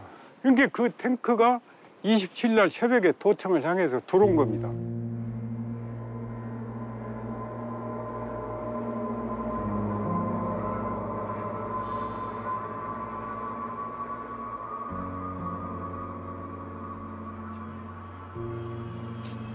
우리나라 민족들은 슬픈 민족들이야. 4.3 제주 사건 때도 3,000명 이상 죽였지. 그다음에 여수순천 반란 사건 때도 그러지. 바로 여기입니다. 여기. 제가 27일 날 그때가 한 11시쯤이 됐는데 여기가 이제 이런 고등학생들이 죽어 있는 시체가 여기가 있더라고요. 여기 네. 그리고 그 안에 평소에는 무기 해수구 장소가 여기였거든요. 기억날는지 모르지만 그 쓰레기 차를 가져와 가지고 시체를 치러 가려고 그러는데 그 중에서 산 친구가 있었단 말이야. 발 다쳐가지고. 그런데 그거 싣고 가려고 그러니까 막 시민들이 항의를 해가지고 못 싣고 갔어요. 여기 아니 그 시체 사진 보면은 이런 데에 누워 있었거든. 근데 내가 왔을 때는 전부 다 죽어 있고 이렇게 교령복 입은 애들은 고등학생들이에요. 저 와서 보니까 이거 이 도청 2층 회의실입니다. 윤상원이가 여기서 죽었었거든요. 그러니까 이 회의실은 도청 직원들도 사용하고 경찰들도 행사 있으면 여기를 사용했거든요. 여기가 바로 회의실로 올라간 계단이거든요. 여기에가 바로 이렇게 돼 있었습니다. 이 사이에가 이렇게 많은 사람들이 또 시체가 총에 맞아갖고 죽어 있더라고요.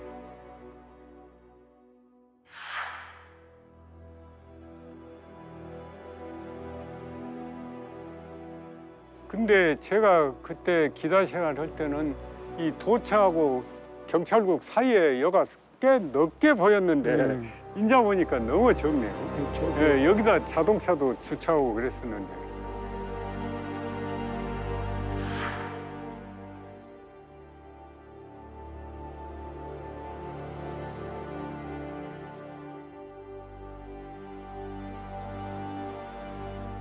그 당시에 이제 여기서 시체들이 각 어디가 있는 것을 운구 반장들이 모아놨거든요. 그래서 여기서 신원이 확인되면 간이 이제 저 상무관. 저 상무관으로 한번 가봅시다.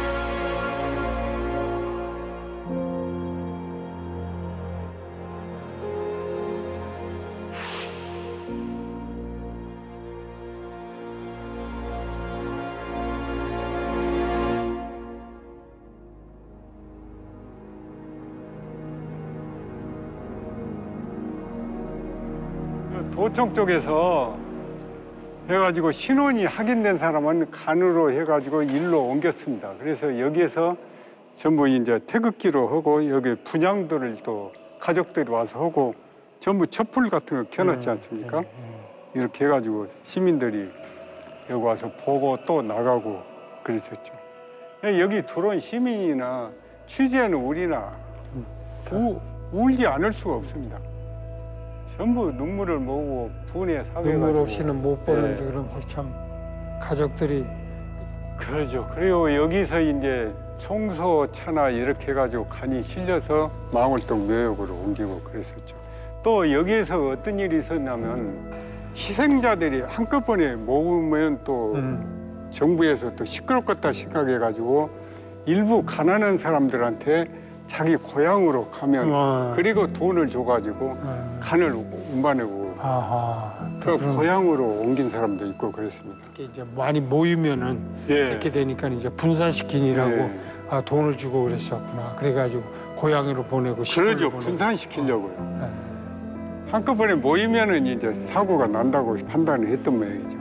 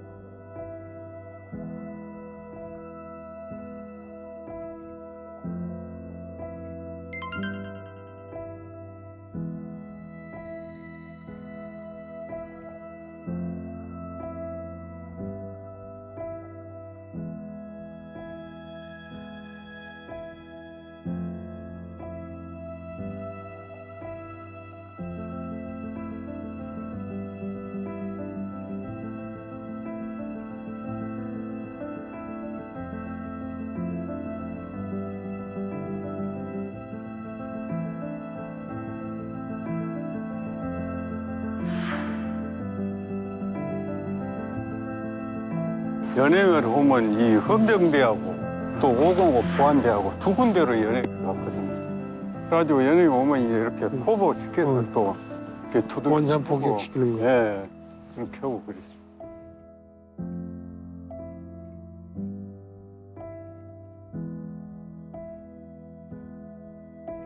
철모에다 이렇게 하얀 띠를 둘렀거든요. 네, 흰띠. 그러니까 흰 띠로.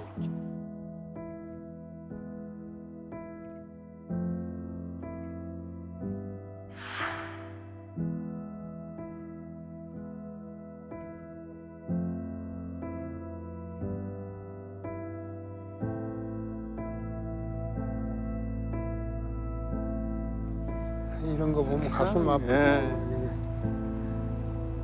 이건 잘 만들었는데 여기 오고 여기 오고. 야, 가슴이 떨립니다. 네. 이런 걸 보면 그때 생각이 정말로 나요. 40 몇 년 됐지만 막 40년이 지났지만 막 가슴이 떨리고.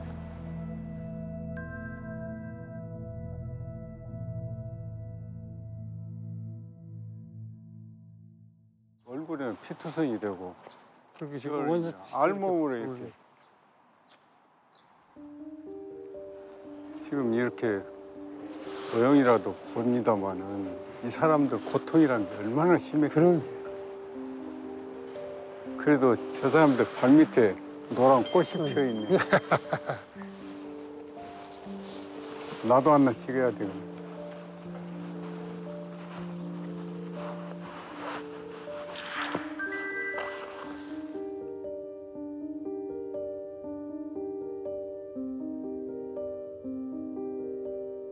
영창 안에 이 많은 사람들 이 얼마나 폐폐하고 만약 이때 코로나가 있었으면 어떻게 되겠어요? 숨을 못 쉴 정도로 많은 뭐 그럼 사람들이 여기 그때는 날도 덥고 그래가지고 참 정말 한숨이 올 단체 수연소 모양인데 여기서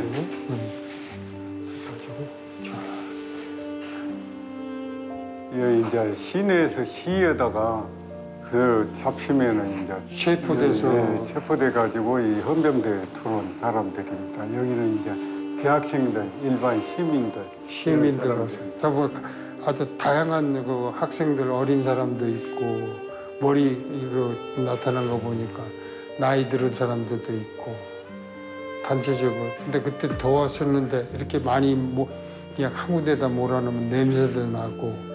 그리고 다친 사람들도 있었는데 치료도 제대로 안 해주고 얼마나 고통스럽고 왔어요. 지금 고통들 많이 받았어요. 이 사람들 때문에 오늘날 우리 한국이 자유와 평화, 민주주의를 지키고 즐길 수 있게 그럼 사는데 그걸 모르는 사람들이 더 많아요. 아는 사람들보다.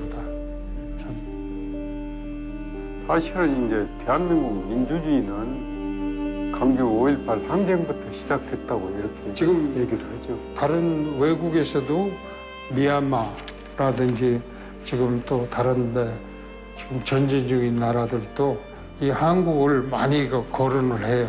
그래서 이제 한국같이 살아야 된다 하는 게 전부 다 우리 이런 좋은 여건을 만들어주지 않았나 참 감사하게 생각하죠. 근데 그게 그런 사람들이 많지 않는 걸 참 유감스럽게 생각하고 있어요. 그러죠.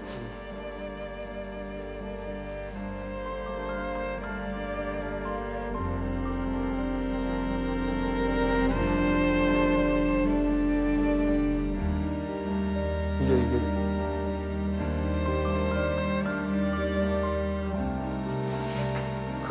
이 친구 인생 고약하네. 응? 넌 잘 만들어내다. 네. 들어가서 이렇게 앞에 가서 보면서.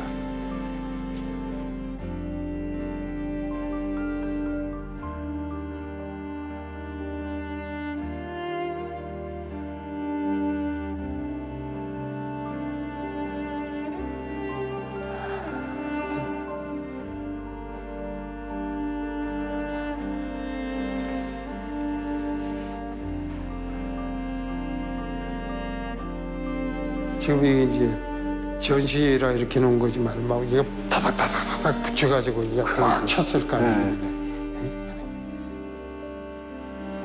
하여튼 인간이 상상할 수 없는 그런 고통을 주기 위해서 별짓들을 다 했어요. 말이 쉽지 진짜 이런 분들을 생각하면 진짜 가슴이 미어집니다. 나는 갈랍니다. 더 이상 가슴 아파서 못 보겠어요. 여기는 이제 선배님과 같이 들어오니까 봐주지 혼자는 무서워서 못 들어요.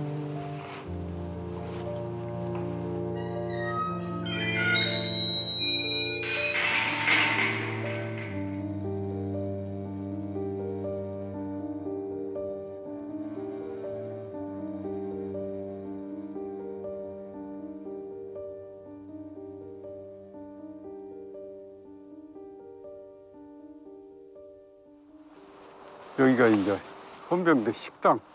아, 식당. 예. 그리고 이제 광주 시민들이 이제 끌려온 사람들은 여기서 밥도 못 먹고 이제.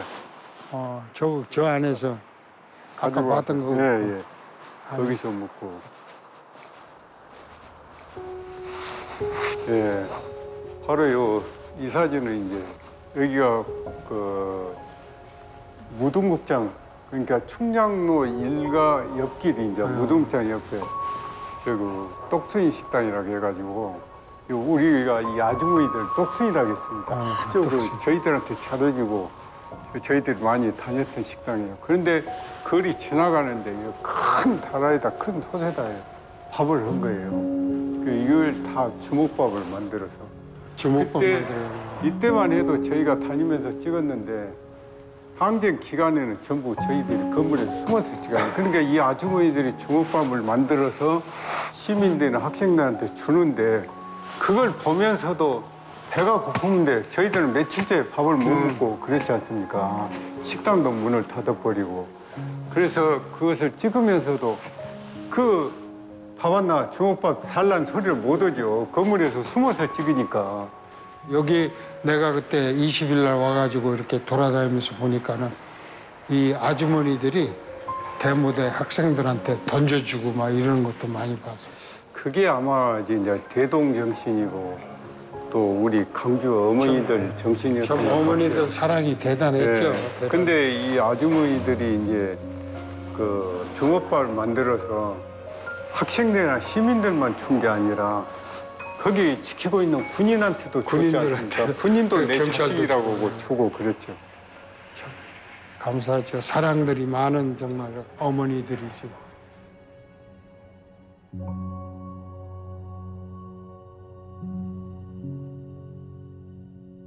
국가 폭력에 의해서 불의한 권력이 저지른 만행에 의해서 수많은 사람들이 희생을 당한 건 사실입니다. 근데 거기에는 희생만 있지는 않고요. 그 사람에게 기적이 되었다는 말을 저는 표현하고 싶어요. 당시 그 짧은 기간인데 10일간의 그 외로운 섬이었고 고립된 이 그 광주에서 피를 나누고 헌혈했죠.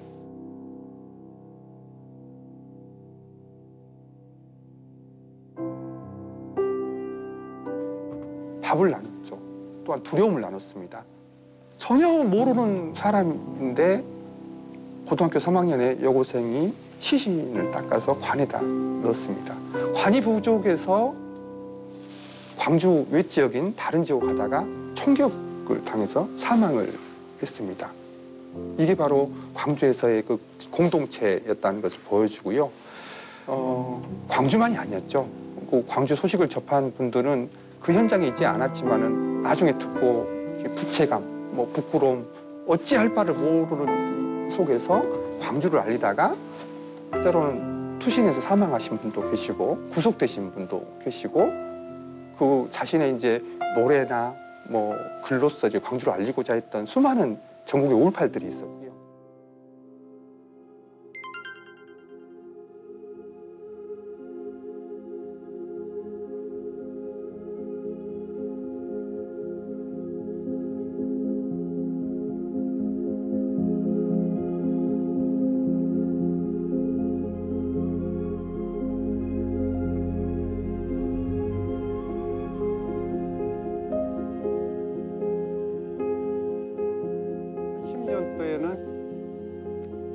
5월 달에 광주에 전남일보하고 전남매일신문이 있었잖아요. 그걸 전두환 정부가 통합을 시킵니다.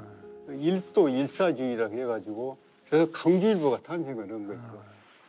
저도 이제 강주일보 좀 있다가 5월 당시를 취재했던 필름들을 이제 선배님이 잘 아시다시피 흑백 필름은 그냥 수세를 제대로 하지 않은 상태에서 말리면 다 변질이 오지 않습니까? 변질이 되죠. 예. 그래서 그때 9시 통일검증인데 하룻밤은 제가 암실에 나와서 저녁 내내 수세를 한 겁니다. 물을 흘려가지고. 그러니까 필름이 지금까지 보존이 된 거거든요. 그래가지고 말려서 아주 중요한 필름들, 그러니까 공수부대 만행 이런 사진들, 애국으로 이제 선생님한테 드려서 애국에 보도됐던 그런 필름은 이미 제가 별도로 해가지고 저희 애기 엄마 와이프도 몰래 현장에다 숨겨놓고 다른 필름만 놔뒀었죠.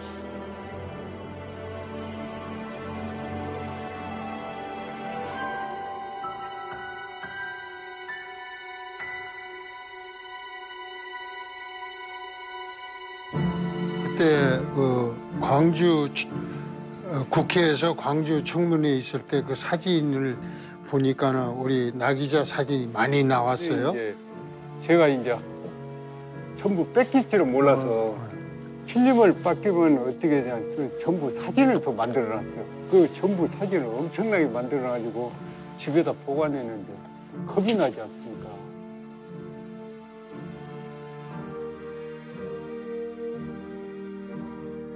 겁이 나니까 이제 친구한테 줘가지고 이 사진을 네 집 장소 속에 숨겨주라.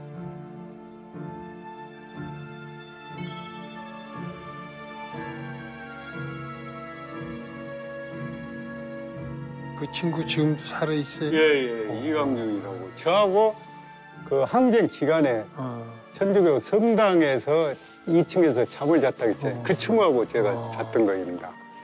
그 친구가 이제 내가지고 1988년도에 그 국회에다가 줘가지고 국회에서 광주 청문회 때 그 사진을 해가지고 많은 자백을 받아내기도 했고 그랬었죠.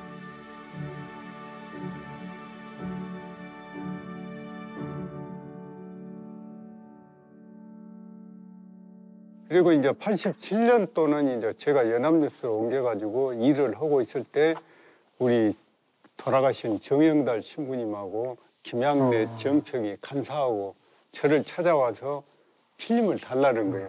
그게 뭐 하려고 그러냐고 그러니까 저 하부집을 만들고 그리고 장용주 신부님이 그 독일 프랑크푸르트 한인 그 성당에서 신부님하고 계실 때 그때 독일에서 테이프 가져온 거하고 그러니까 지금 오늘날에 이제 강주 비디오죠 그게.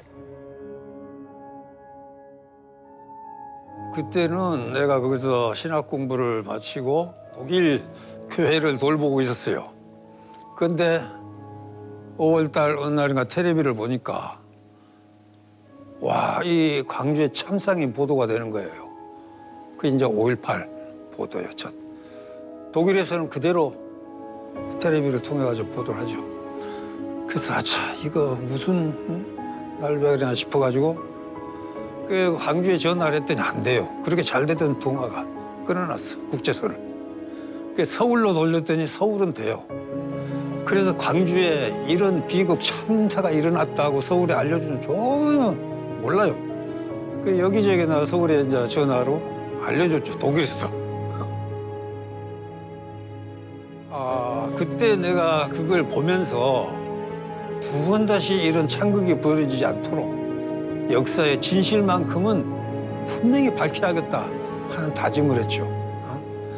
그래서 그 테이프를 구해야겠는데 그때 내가 독일 교회에 있었다 했잖아요. 그중에 그 방송국, 텔레비 방송국 여기자가 하나 있었어요. 그래서 그 여기자분한테 야, 너 텔레비 방송국에 가가지고 이걸 좀 하나 복사 좀 해주라. 이건 나한테는 너무 아주 간절하다. 이 역사의 자료로서. 그래서 이걸 가지고 내가 광주의 진실을 언젠가는 내가 밝히고자 한다. 그냥 꼭 하나 해주라. 그때 그 여자가 가져왔어요. 그래서 그것을 이제 가지고 있었죠.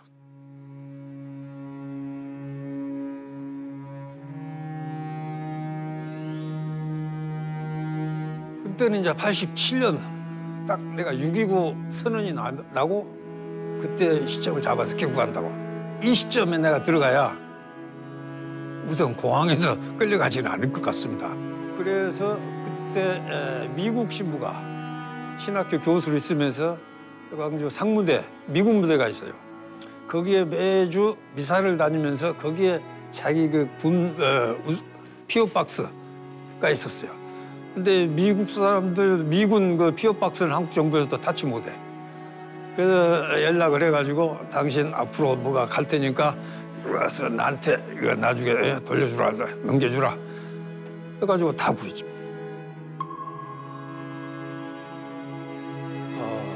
그때 분명히 현장에서 사진 기자들이 찍은 것이 있을 텐데 이 비디오만이 아니라 생생한 또 그 사진을 모아가지고 우리가 책자로 만들어서 이제 보내자 이야기를 했죠. 좀 제보 좀 해달라 사진을.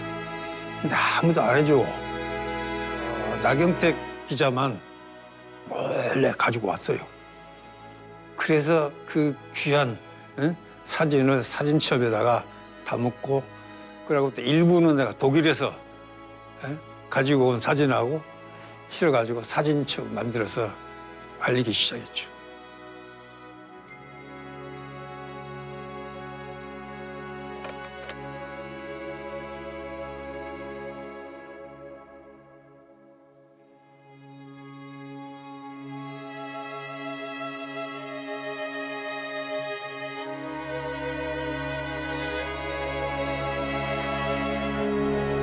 나경택 선배가 저희한테 사진을 주겠다고 의사를 밝힌 것은 86년 후반이나 됐을 거예요.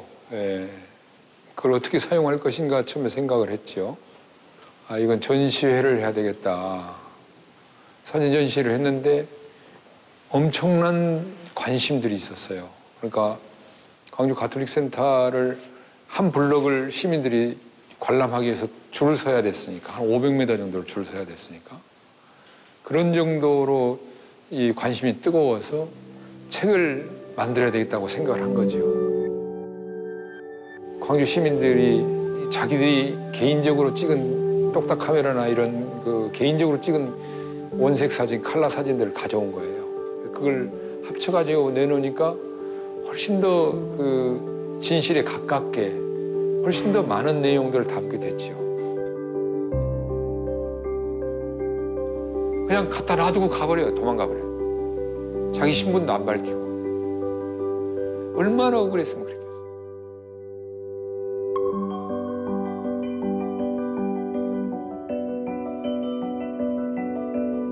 광주 상고 학생을 찾았죠. 자기 어머니가.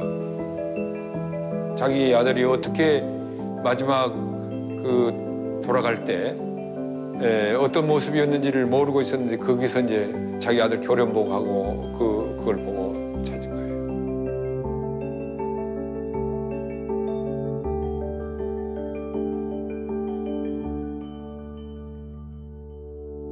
얼마나 줄을 많이 섰는지 모르겠어요. 그때 보니까는 그래요. 보니까는 인해 인산이라고 그러는데 나는 그게 무슨 소린가 그랬더니 전시 그걸 보려고 아주 줄이 몇백 미터에서 길게 늘어섰다고. 그렇습니다. 예. 그래서 가서 이 사진만 찍고 그냥 놔버렸죠. 왜 그러냐면 사람들이 보면서 당신이 찍은 거 아니에요. 해버리면 저는 이제 밝혀지니까. 그렇지. 예. 그래가지고 이제 그대로 전시를 하고 나중에 강주 전시를 한 다음에 부산으로 부산 정평이 천주교 정평이로 사진을 옮겨서 그 87년 6월 3일부터 13일까지 부산 가톨릭 센터 일찍 여기에서 또 5.18 사진전을 합니다.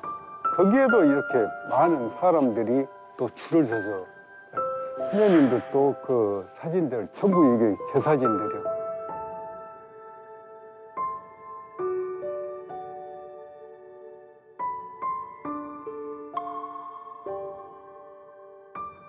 (80년대) 내내 한편에선 거짓 역사를 진짜 역사인 것처럼 생산을 하고 또 반대편에선 이것을 이탈하는 사람이 생길까 봐 계속 조사를 하는 거예요. 그럼에도 불구하고 이미 81년부터 가족들이 쏟아져 나와서 광주 일대에서 내 자식 살려내라, 내 새끼 구해내라 막 저항을 하다가 83년에 우리나라가 학원 자율화 조치가 되면서 그러니까 대학교에서 대학생들이 데모할 수 있는 허락을 받는 거예요. 그래서 84년부터는 소위 말하는 5월 운동이라는 게 막 일어나기 시작해요. 5월 운동. 그래서 그 5월 운동이라는 것이 뭐냐면 5.18 몇 주기 하면서 그때가 되면 다 모이는 거예요. 해마다 쌓였죠. 그러다 이제 87년 1월 달에 박종철 군이 의문사를 당하잖아요. 근데 그게 언제 폭로가 되냐? 87년 5월 달에 또 5월 운동이잖아요. 그 5월 달에 성공회대 주기자 성당, 지금 그 덕수궁 옆에 있는 성당에서 박종철 군이 억울하게 죽었다라는 기자회견이 열려요. 그러니까 연결이 된 거예요.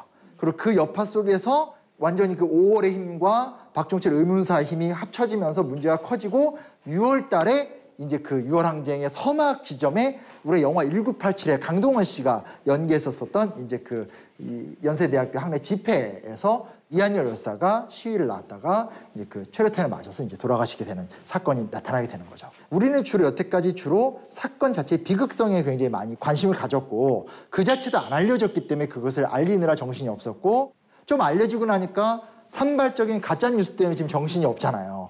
근데 사실은 그렇게 5.18 민주운동이 끝난 게 아니고 그 여파 속에서 살아남은 사람들, 유족들이 문제 제기를 했고 아까도 비디오 테이프를 몰래 돌려봤다고 그랬죠. 그것을 보면서 진실이 이랬구나를 깨닫게 되는 이 대학생 그룹들이 저항을 하기 시작하고 그게 이제 소위 말하는 7년간의 5월 운동으로 등장하게 되고 마지막 그 대단원이 사실은 6월 민주항쟁이었던 거예요. 그래서 6월 민주항쟁을 통해서 우리나라가 지금과 같은 민주국가로 전환을 했던 거죠.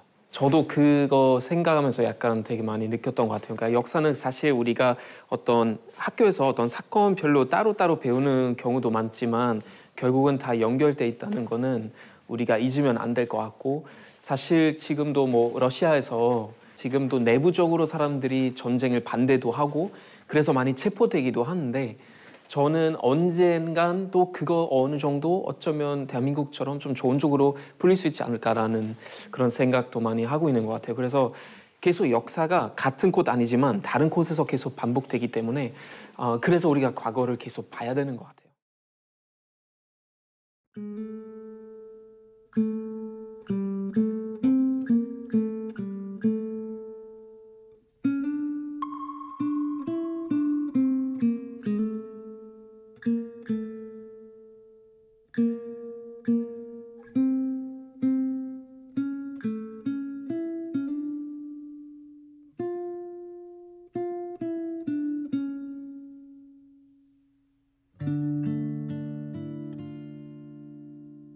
여기가 이제 구묘역이라는데 삼묘역이에요.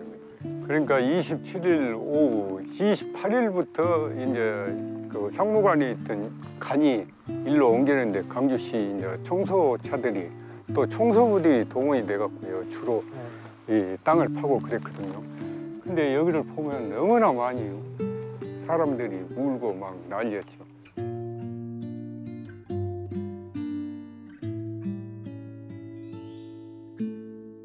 유가족들 울고 그 모습들 보면서 진짜 많이 우리가 울고 사진을 취재를 했습니다. 참 초점이 안 맞힐 정도로 눈이 그냥 눈물이 글썽여가지고 내 살아 생전에 그렇게 많이 눈물을 흘려본 것은 처음일 것입니다. 참 뼈아픈 역사예요. 뼈아픈 역사. 그러니까 부모님들은 그 자식들을 그렇게 일어놓고 살아서 움직이던 놈이 나가가지고 죽어들으면 얼마나 원통하고.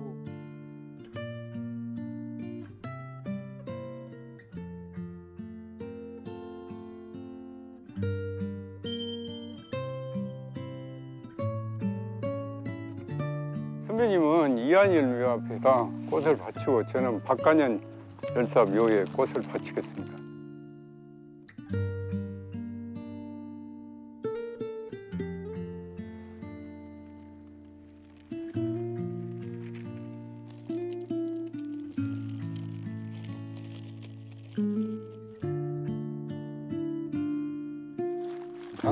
당시를 취재했던 박영택 기자가 여기 오늘 찾아왔습니다.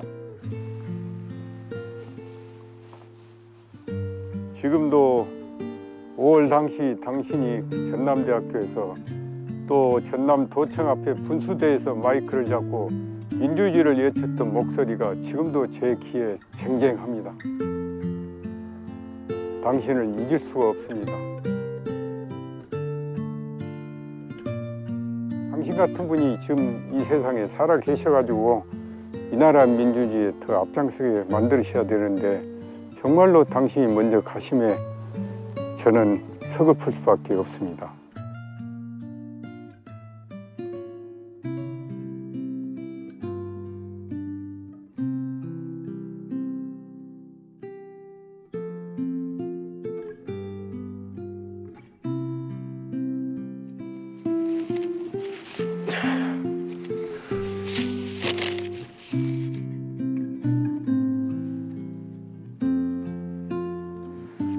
한여라, 너와 너의 자녀들의 죽음으로 인해서 오늘날 우리가 평화롭게 자유롭게 민주주의를 마음껏 누리며 살아가고 있다. 감사하다.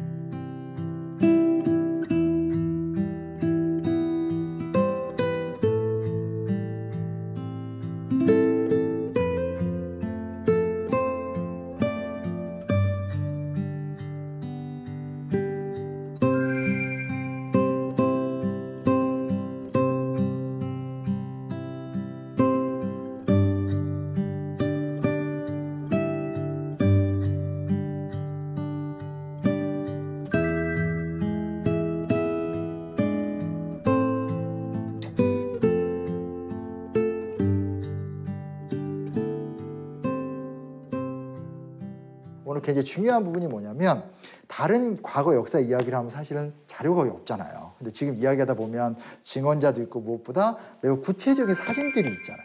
그래서 오늘 이 이야기의 핵심이 뭐였냐면 그 과정 속에서 이렇게 사진을 찍으신 분들이 있었고 이분들이 목숨 걸고 찍은 다음에 적절한 때에 자기의 신변의 위협을 감수하고 그 사진을 다 헌신적으로 제공하면서 나중에 6월 항쟁까지 이어지고 어떤 우리의 민주주의가 시작이 됐다라는 가치가 있거든요. 그래서 이렇게만 영상으로만 보면 좀 아쉽잖아요. 그래서 사실 오늘 기자님 두 분을 모셨어요. 네, 오늘 인사 나누는 자리 마련해 보도록 하겠습니다. 박수로 좀.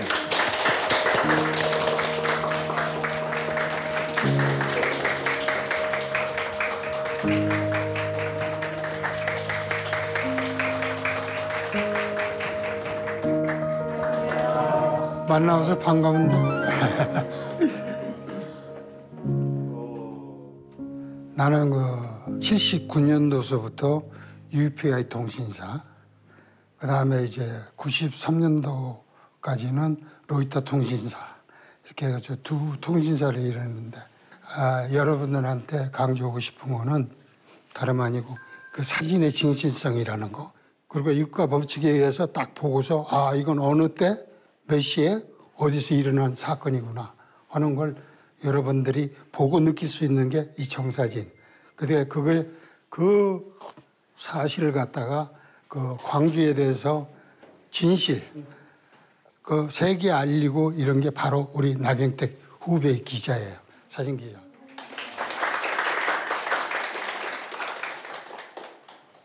취재하면서도 그리고 지금 와서도 생각해보면 80년 5월 달에 지금 같은 핸드폰이 있었고 인터넷이 있었고 SNS가 발달했다면 신군부가 강주 사람들 그렇게 많이 죽이들 못했을 겁니다. 80년 5월 달에 소년체전이 강원도 춘천에서 열리로 돼 있었는데 5.18 항쟁 때문에 7월 말께 춘천에서 열립니다. 그래서 강주서 전남 선수들이 열차를 타고 서울로 해서 춘천에 내립니다. 그리고 전남 모자를 쓰고 식당에 가면 강주 폭도들 때문에 이렇게 더울 때 한다고 이런 소리를 들었어요. 저도 그 당시 취재기자로 갔기 때문에 그 소리를 직접 들었는데 그때 생각하니까 강주는 고립무원이었습니다. SNS가 없었기 때문이고 전화 통신을 전부 차단해버리고 언론은 전부 강주 폭도라고 보도를 하고 그러기 때문에 강주 전남 사람들은 전부 폭도가 돼 있는 것입니다. 역사는 잊어버려서는 안 됩니다. 그래서 사진 한 장이 역사를 바꿀 수도 있습니다. 그러니까 우리 젊은 학생들이 커서라도 강주 시민들의 그 아픔을 알아주고 사실 매년 5월만 되면 취재했던 저희 마음에도 항상 가슴이 먹먹합니다. 누구를 봐도 손을 잡고 말을 해도 서로 안아주고 이런 강주 시민들이에요. 그러니까 여러분들이 5.18 항쟁 기간에 강주 시민들을 생각해주고 격려해주시고 마음가짐으로 기도해주시고 그러기 바랍니다. 감사합니다.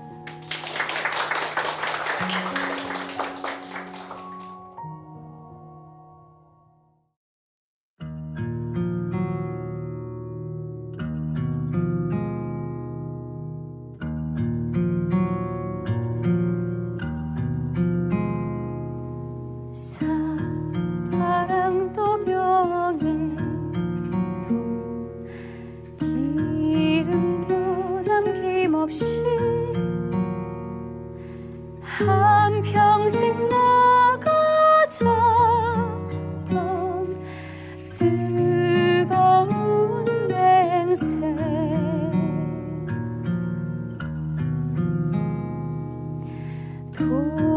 동지는 간대었고 깃발만 나부껴 새날이 올 때까지 흔들리지 말자. 세월은 흘러가도 산천은 안다. 깨어나서 외치는 뜨거운 함성 앞서서 나가니 산자여 따르라. 앞서서 나가니 산자여 따르라.